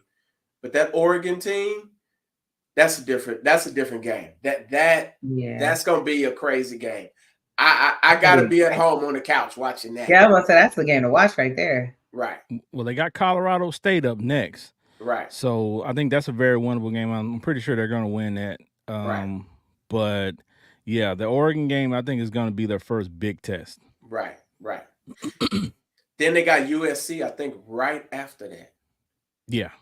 I think they got Oregon, then they got USC. So, I mean, hey, some people were saying he was only going to win 2 to 3 games. So for him to win both of them already and can win the third one, I mean, I'm just saying. That's a nice slap in the face. We already got 2, so and the whole season still. Right. And I mean, hey, you know what I'm saying? We're about to win 3, so we're about to debunk all of that. Because they should beat Colorado State. I mean, it might be a tough game because it's in-house, you know what I'm saying, in-state. But it's gonna be a good one. But they're gonna ride that wave. They're gonna ride that momentum. They're also riding off of the doubt that's all around from everybody else. So they're gonna continue to prove some people wrong. It's gonna be a nice season for them. I like it. How many games you got them winning overall though? Give me your overall. How many they gonna win overall? How many do they play overall? 12. 12, I believe it is. I give it 8. I'm gonna just stick with my number. Okay. At the beginning, it was 7, 8, or 9. I'm gonna stick with the 7. I almost said 7, 8, but I'm gonna stick with my 8. I'm gonna stick with my 8. Because 8 came to me like it was heaven sent. So I'm gonna stick with it. Right. I mean, the only reason I'm saying that because I think the Stanford game will be tough, which it's winnable. The Arizona game might be tough. It's winnable, but they're like up in the air kind of games. Yeah. The only games I can really say definitively that I think that they might lose is just whether it be the Oregon USC game. Yeah. Those are the only 2 games I can see that are going to really, really, really be like they can lose. But other than that, he might get 10 wins. It's going to be a great season. That's a possibility too, but I'm going to stick with 8. But even if he does lose those games, like he's not losing, right? He's not. I mean, who's doing what he did right now? Right. What they win? 1 game, 2 games? 1 game. They won 1 game last year. And he's already topped that. I wanted to go to Colorado, and I made the mistake. I wanted to go to Colorado to watch a game, right? And I should have bought the tickets. Yeah. Way back. Bruh. I looked the other day because I was still planning on going. Shout out, my kinfolk passed away. I was supposed to go out there and see him and catch a game, take him to a game, stuff like that. And I went, and bro, the tickets is like $500, $600. And I was like, oh, come on. That's the Eagles Dallas game. I'm gonna go into Dallas, by the way, for the Eagles Dallas game. Oh, okay. You said what? I'm going to the Eagles Dallas game in Dallas. Oh wow. So y'all already know, y'all gonna see the pictures, y'all gonna see the content when Trisha Michelle comes to my city. So we gotta make sure that, you know what I'm saying, we treat her with kindness, you know what I'm saying, and send them back with an L. So yeah, we gotta make sure we do it. That won't happen. I can't wait. Yeah, it's gonna be interesting. It's gonna be a good one. Yeah. But like I said, what Deion is doing, man, with these young men and his son at the quarterback position, everybody doubted him. Could he step up into this level of college football and do what he was doing or do better than what he was doing? And he's actually playing better, putting up better numbers at this level than he was, you know what I'm saying, at Jackson State. You give him some better. He's got, if I'm not mistaken, he's got 4 really good receivers. Man, they got skill players out the wazoo. Oh, yeah, they do. Players they got skill players out the wazoo. I agree. The only concern that I had with Colorado is their line. Their Right. line. When they go up against big boys. But they're playing Yeah. all finesse teams right now. They don't have an Alabama or an LSU or an SCC or type team on their schedule. So Well, they don't have to because USC got a big line. yeah. USC got a big defensive line, so sure do. they're you know, and Oregon does too. So those two Right. games, their interior offensive line is going to be tested. Now, Oh yeah. their tackles are good. I think their tackles are good. Not to say their interior line isn't, but I think it's just not as good. Right. And I think that's the area that they're going to be exposed. Because if you look at the games now, they do a lot of off the tackle running and Right. things of that nature. You don't see them run between the tackles a lot, and there's a reason Right. for that. Yeah, no, And just for sure. Just facts. yeah, so you know, if you know the game, you start seeing things. You're like, okay, so this is the chink in the armor right here. So this could be a problem. And I promise you, Oregon's got some defensive tackles that are going to get after Shador, and USC definitely does. And Big Bear at USC, he's going to get after Shador too. So it's going to be, you know, a different game for them, but. You know, luckily for, you know, Colorado, they have some dogs. As Dion said, they got dogs. They got some dogs. They got some dogs. So now I want to see, and I do want to see Travis Hunter against top-notch wide receivers like the Marvin Harrison Juniors of the world. I want to see those matchups. I want to see that if we ever get those. I want to see that. I think he'll do just fine. Oh no, I think he will. I'm just saying, is he going to? I just want to see it. You know how you just wanted to see Dion and Rice just go at it. You knew one was going to win. You know it was going to be back and forth. You just want to see it because that's great. It's just a good watch, right? No, I get you.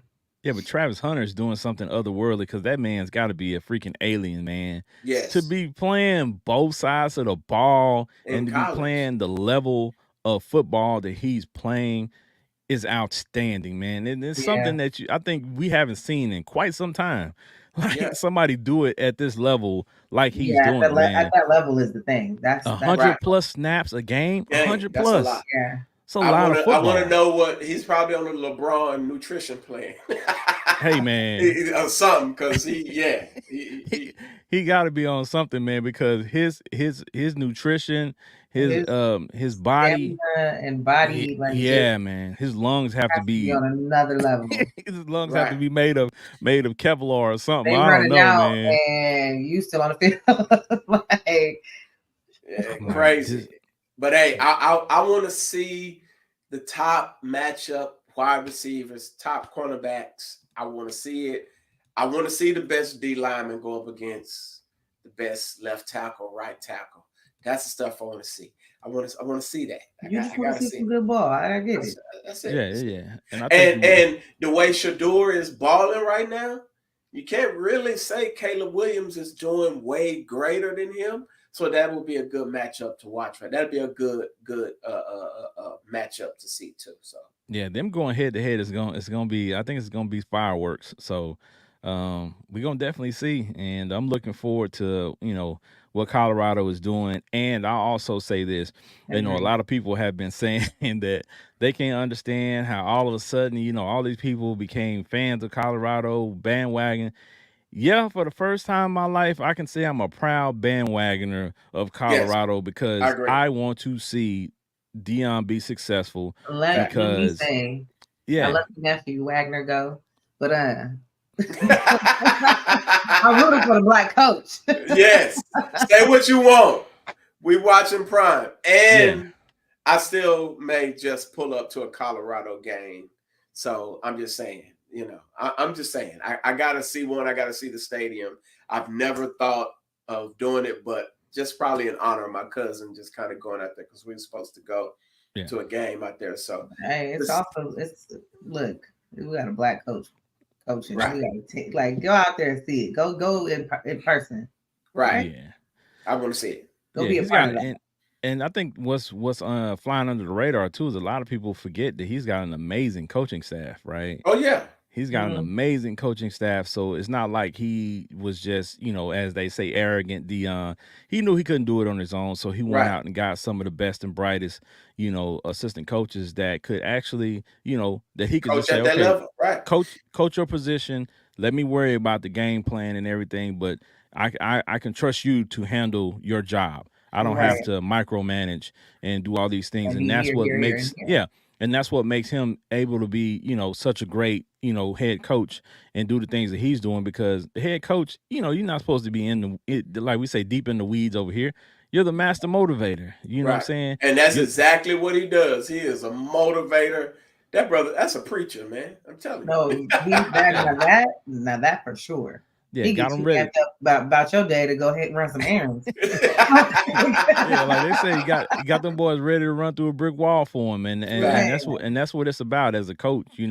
A lot of times, when the games get tough and the games get very competitive. That's the difference maker, man. Sometimes you just play extra hard because you don't want to disappoint your coach. You don't want to let your coach down. You don't want to make your coach look bad. So that's another level of which, as a former athlete, that's what you play for. A lot of times you play for the coach sometimes. So and at the same time, he's doing the same. He don't want to let them down. They don't want to let him down. And it's a whole little cycle that they got going on. When that type of success can bring you a lot of open doors and a lot of opportunities. Because most of the guys he got there, coaching wise, everybody didn't want to give them guys a shot. You got the TOs of the world pulling up and stuff like that. Like, everybody didn't want to give them dudes a shot. You know what I'm saying? Especially the way they view TO as a cancer and this and all that type of stuff. To have him out there handling the wide receivers, that's dope to me. And that's the crazy part. Like, the celebrities that pull up to the games is, we thought what we were seeing in Jackson State was crazy, but like in Colorado, he's had literally everybody. Shout out to my guys, Wu-Tang Clan. Yeah, they were at the game Saturday, and people would send me all these videos. They were like, "Your boy's out here." I'm like, man, that is crazy. The fact that he has so many people coming out to support, but that's what happens when you're doing things the right way and you're doing them for the right reasons. You know what I'm saying? Like all the smoke that people wanted from him leaving Jackson State, all that stuff is cleared now, and we're on to something bigger and better. Right. Yep. It was pointless anyway, so. Yeah. So shout out to Colorado. Anyway. Yeah, shout out to Colorado. They doing their thing. We're gonna keep supporting. Pick up to this season. Yeah. So Dion, if you're watching, you know what I'm saying, holla at us. You know what I'm saying? We want that interview. For sure. Yeah. I mean, you know what I'm saying? I'm just saying. Yeah, you know what I'm saying? Somebody share this over, send this into Dion's inbox. Into the atmosphere. Snip that over and go and send that over. Yeah, we rock. Because we rocking with you. Yes, right. we there. So y'all already know Big Ken's from Dallas, Texas. So I'm rocking with a lot of my Texas teams. But this past weekend, the University of Texas beat Alabama, big bad Alabama. Big bad Bama. And nobody was really selecting Texas except Desmond Howard, because he got up and picked Texas and he had the chair with the Texas logo on it. Right. But a lot of people might not see it as a big deal. But when you take down a team like Alabama, it says a lot. It says a lot about the talent that you have. It says a lot about your coaching staff. It says a lot about the push behind, your program. Yeah. So I think that's a big one for UT. UT's been picking up a lot of great recruits. Again, shout out to my homegirl Monica McCarley. She, her son actually is, like I said, one of the top defensive ends in the nation, 5-star athlete.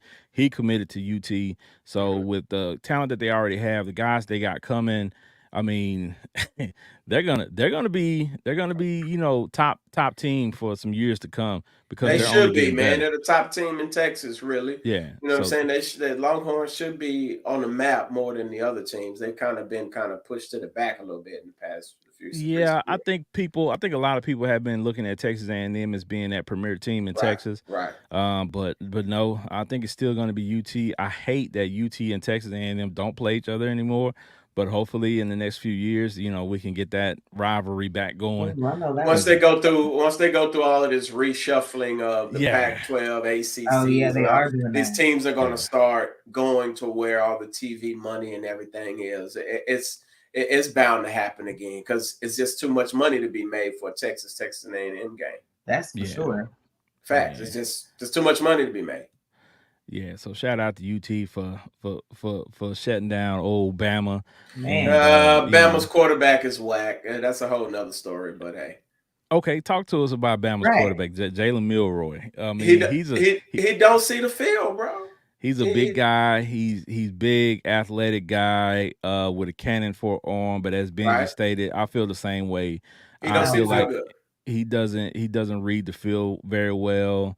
So but he's still very young. So he's very young. He should be at that stage on that. He should be at least first. He should be He should already be progressing toward his third read and seeing the field quick. But if he's not first, second read, bruh, take off.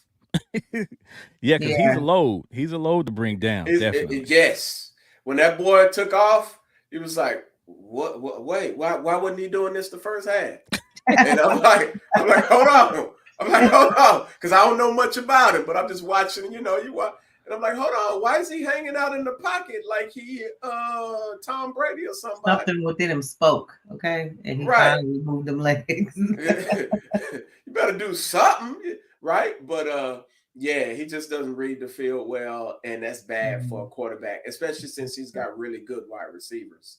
So that's a waste of some good wide receivers right there. Facts. Yeah. So like I said, college football is always exciting, and the season just started. More exciting than pro.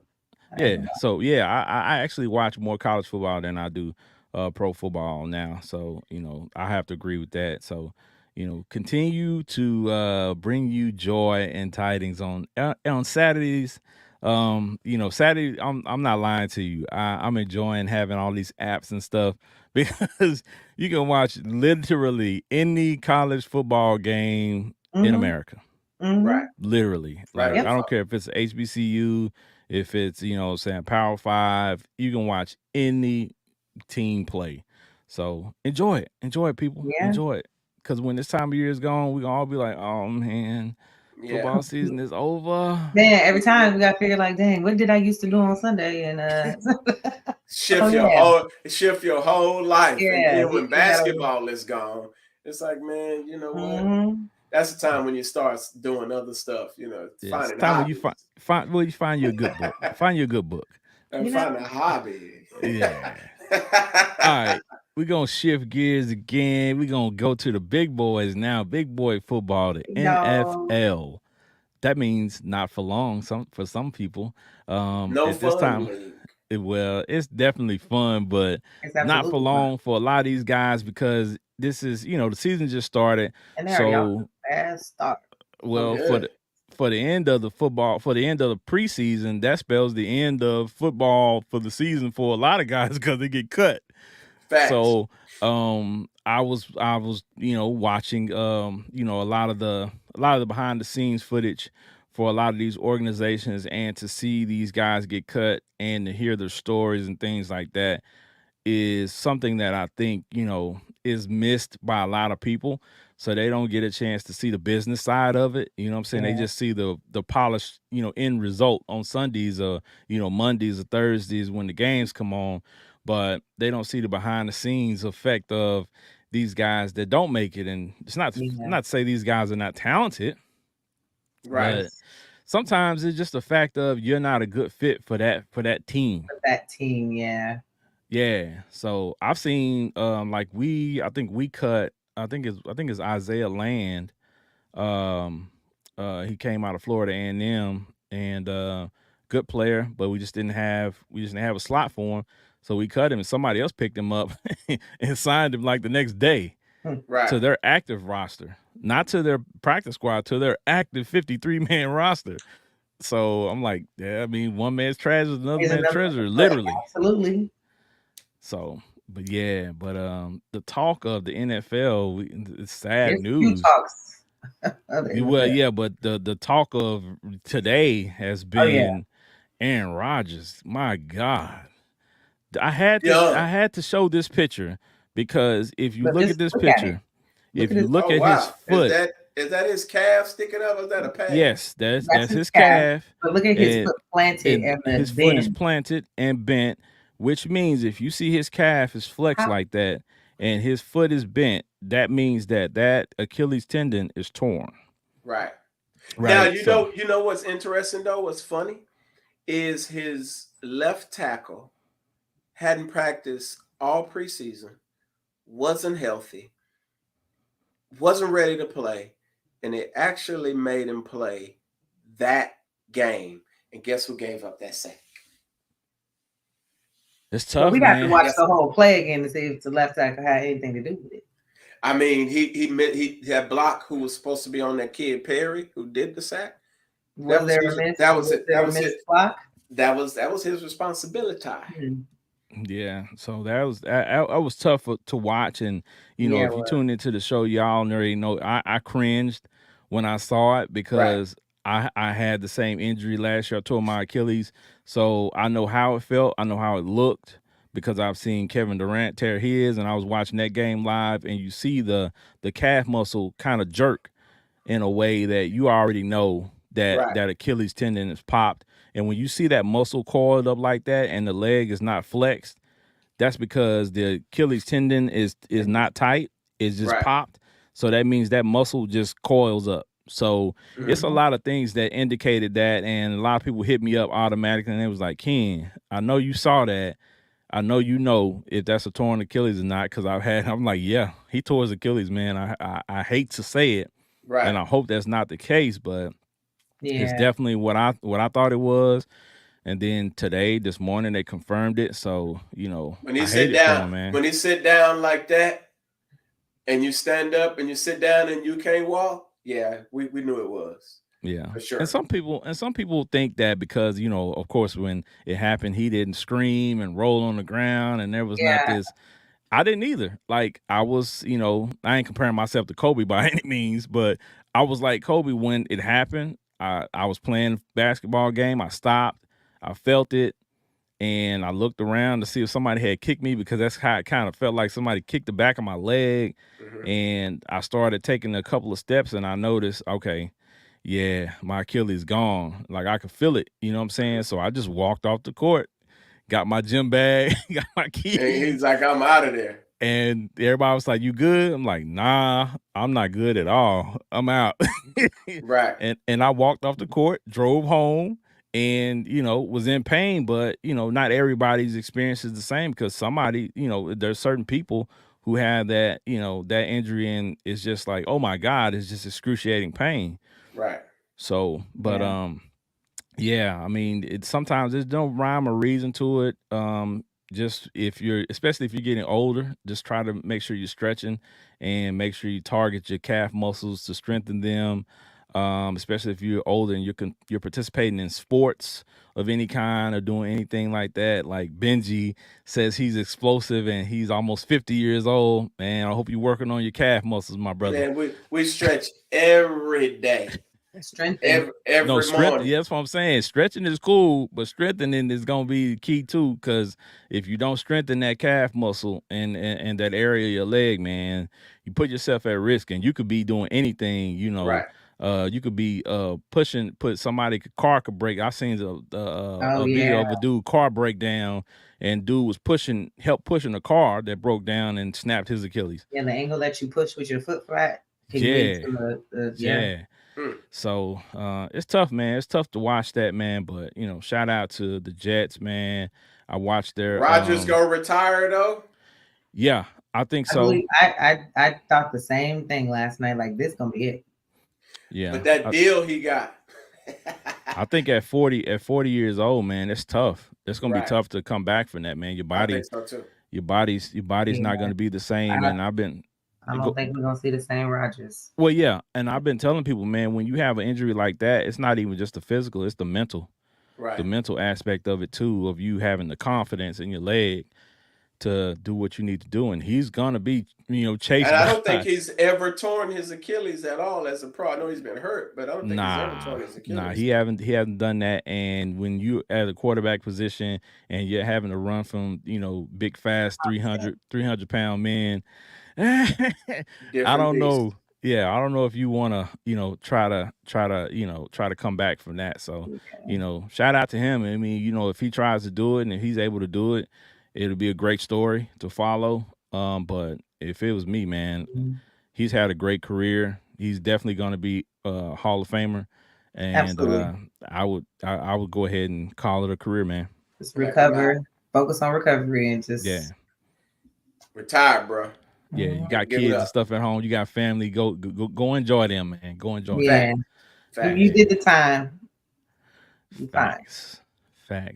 All right, so y'all already know how we do it. Y'all see who on the screen. Y'all see what jerseys some of us got on, because Benji got on the Boston Celtics jersey, but he was a sports orphan for a little while. Let's just make that known, because that was just for football, yo. He was running from who he really supported, but we read through the lines, right? And as you can see, about everything and everybody.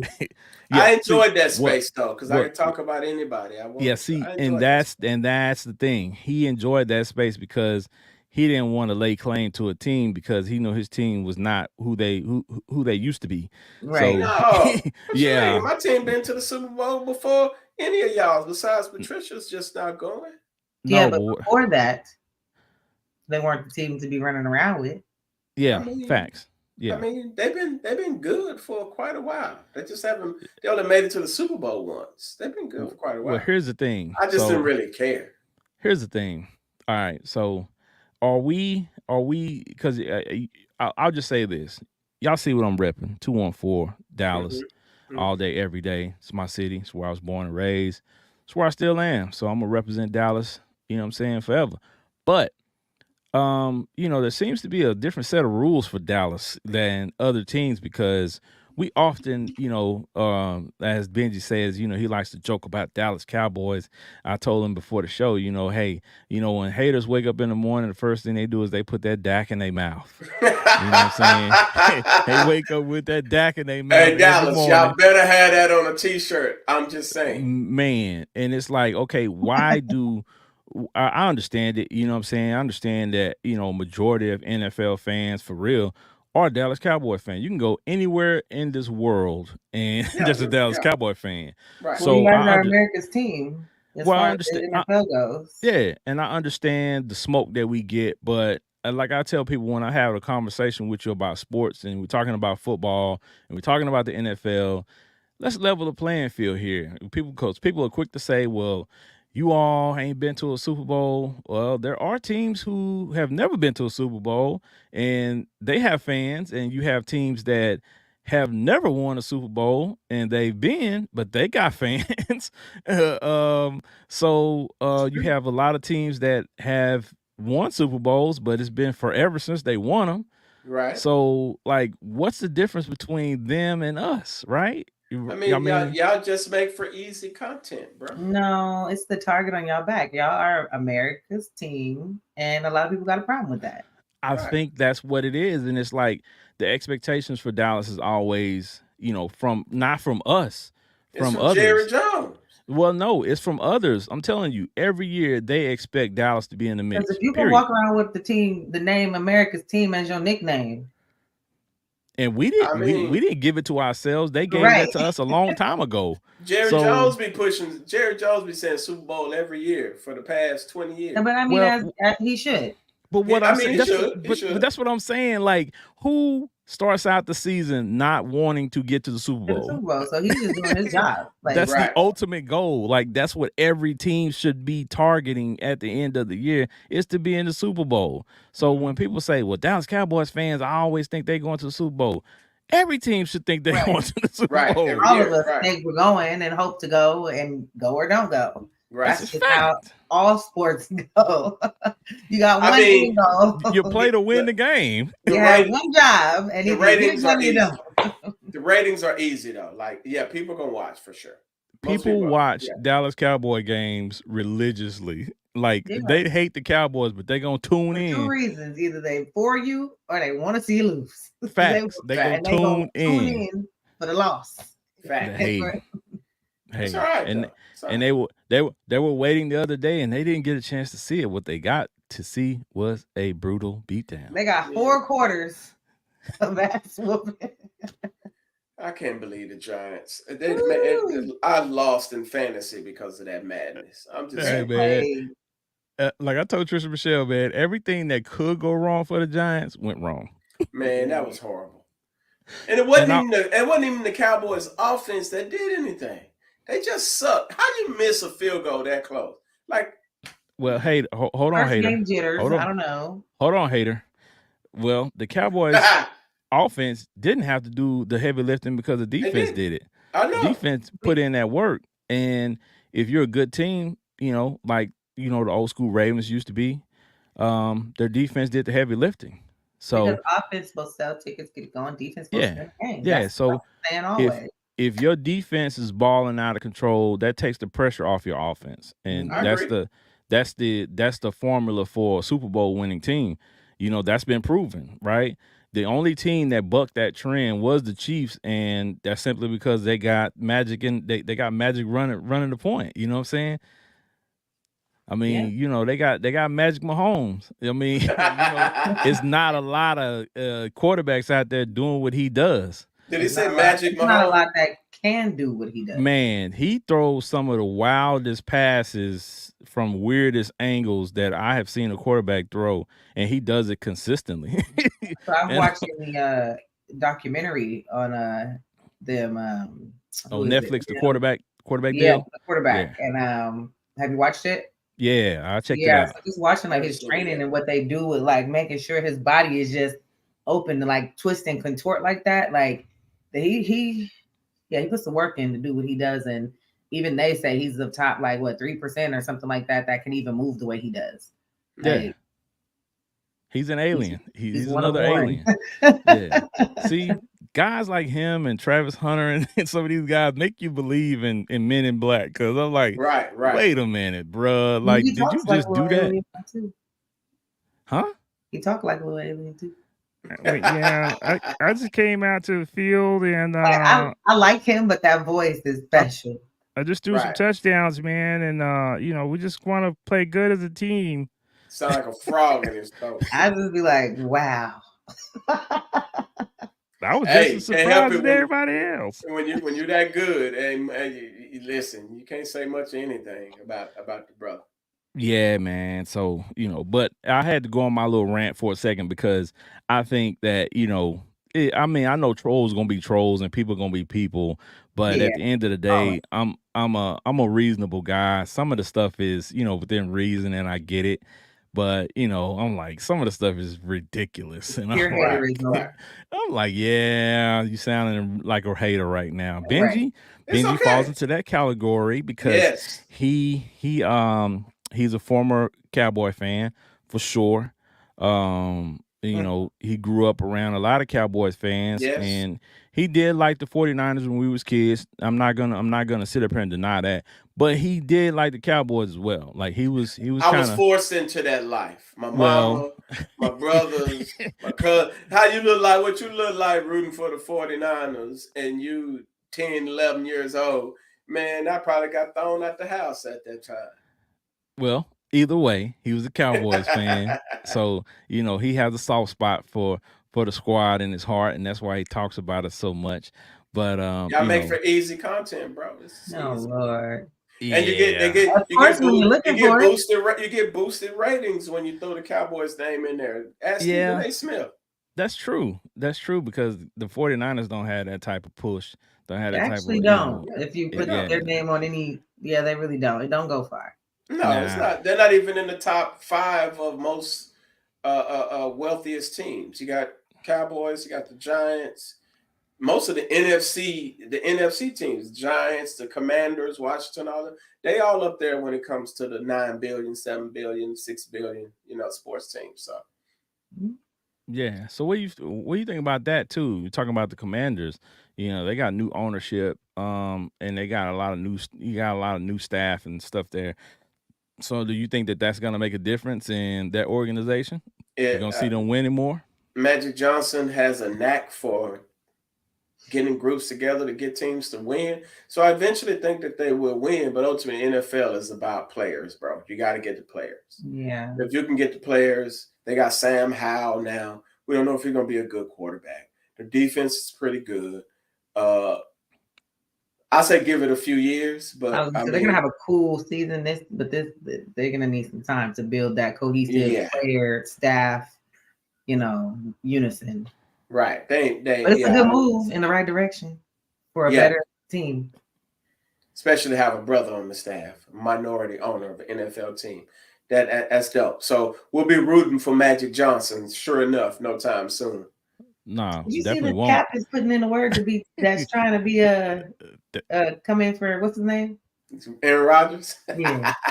Of course Kaepernick gonna throw his name in there. He gonna be able to throw his name in there till he 40 plus. Yeah, he said I'll do it. I ain't gonna lie. When I saw that meme, I cracked up. I was like, bruh, like y'all need to stop it because Cap. Like I said, I got love for Cap, but Cap ought to know, like they ain't messing with him like that, man. Right. None of these teams gonna do that, and there's too many quarterbacks out there before they'll even allow that. And I mean, I feel bad for him though for what happened to him throughout the whole. But it's tanked. It's done. Yeah, that ship has sailed, as they say. So just leave that be, ride off into the sunset with the with what you have and what dignity you have, because I guess you can't say that he's begging, but it kind of looks like that, and it's like you begging for a job back after you sued these guys and turn into a little pick me. Yeah. I mean, you sued them, you sued the league and won, and they came back like, don't forget I play football. Like, yeah, no, they're not messing with. We ain't forgot. We don't, not us, but the owners. We ain't forgot. We don't care. Like, yeah, no, they ain't not messing with him like that. So yeah, but like I said, I mean, I guess it won't hurt to ask. You know what I'm saying, to throw your name out there. Closed mouth don't get fed. So yeah. So all right, so y'all already know, like we were talking about, y'all already know who squad we got. I'm with Dallas. Trish Michelle, you know what I'm saying, is an Eagles fan, you know what I'm saying, and Benji Banks is a 49ers fan. He's a hater by day, 49ers fan by night. We're all NFC teams. So I asked them about the Super Bowl prediction, and then I thought about it. I'm like, we're all gonna say our team's coming from the NFC. So let's ask the question of the AFC. Like, what AFC team do you see being the rival to your squad in the Super Bowl? Mahomes is back. I'm going Baltimore. Okay. I don't think yet from Baltimore. Huh? I don't know. I thought about them. I thought about Bills, but I don't know. I just think Mahomes is coming back. I think those three teams right there are going to be at the top. I think the Bills, the Ravens, and the Chiefs. Even though the Chiefs stunk it up the other night, I think they're still going to be, they're still the team to beat from the AFC. Mm-hmm. And you might be able to throw the Bengals in there, you know what I'm saying, because of, what they have. What they can do, right. Yeah, what they can do. If they play right. Yeah. I mean, they do start out slow. They have them, the Chiefs actually start out slow. So I don't really trip at the beginning of the season for them. It's more I think it's the same trio, the same problem this season. And with Travis Kelce being out, that's a huge piece of what the Chiefs do. So I gave him a pass. It's just a growing, right? No, it's a hyperextended knee. So okay. They might let him chill out for a few games. Yeah, that's not too bad. I did that in basketball. Yeah. Sleeper team to watch this year, the Cleveland Browns. I'm shocked to say that, but they actually have all the pieces in place to actually be good if they don't keep that losing culture around them. But we're gonna see. Well, they looked okay the other day. Yeah. We'll see. If Deshaun Watson ain't wilding out. That's what kept them away from a Super Bowl win a few years ago. So massages for everybody.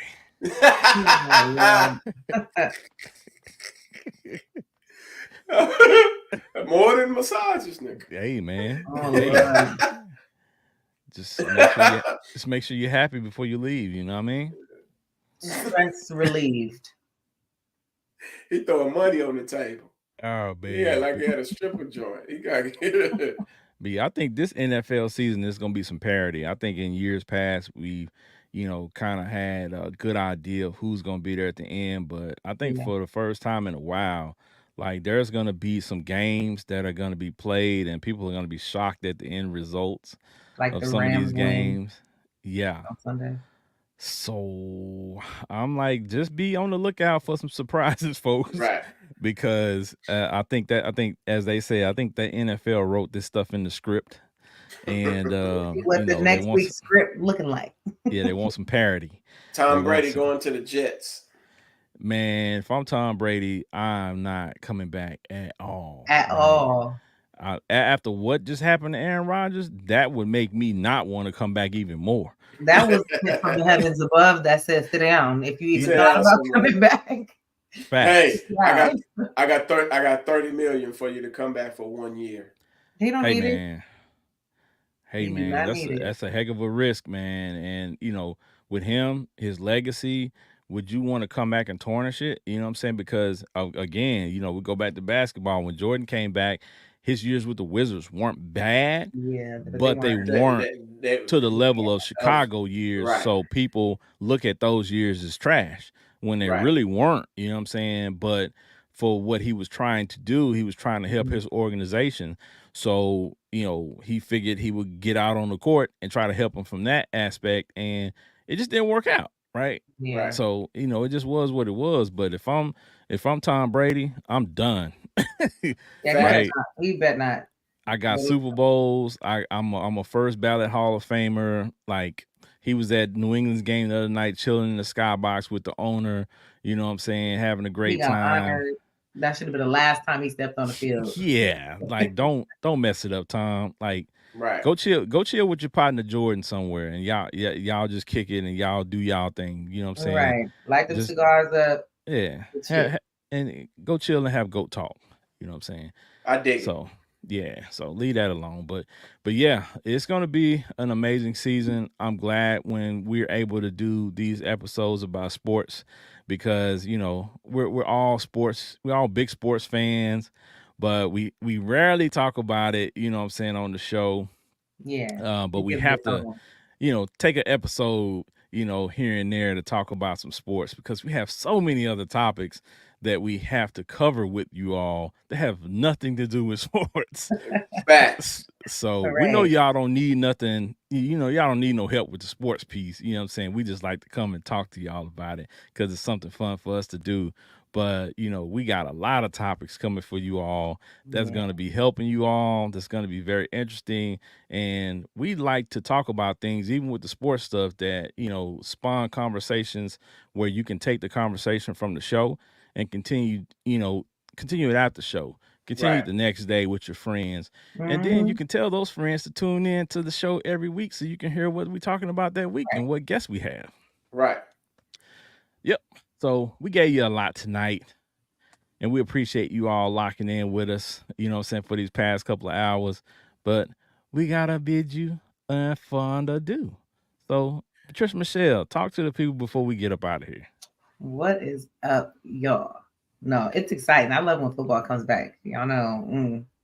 But I like sports in general, so it don't really end for me. I watch baseball. I watch it all, to be honest. Right. So, but yeah, the YouTube page is fire, by the way. Thank you. And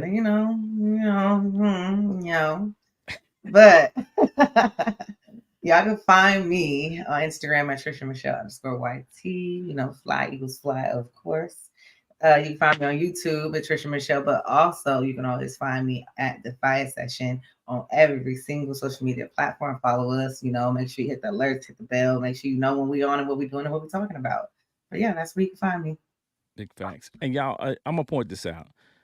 I'm a Cowboys fan, as you can see, but I have zero issues with Trisha Michelle because she's fair, right? Even though when we play each other, that's going to be different that week. You know what I'm saying? We're gonna be rivals that week. And when we play Benji in the 49ers, we're gonna be rivals that week. But it's all love across the cast, and we all gonna be respectful. You know what I'm saying? And that's what I love about my people, man. We get on here, we joke and everything, but you know what I'm saying? We show respect for each other's squad. So Absolutely. You know what I'm saying? Shout out to Trisha Michelle. And y'all make sure y'all go to her IG and everything, because I'm telling you, fellas, y'all quit sending me messages about Trisha Michelle. If you want to know what she's about, you want to follow her. Yeah. Go check her page, man. And I just posted a lot lately too.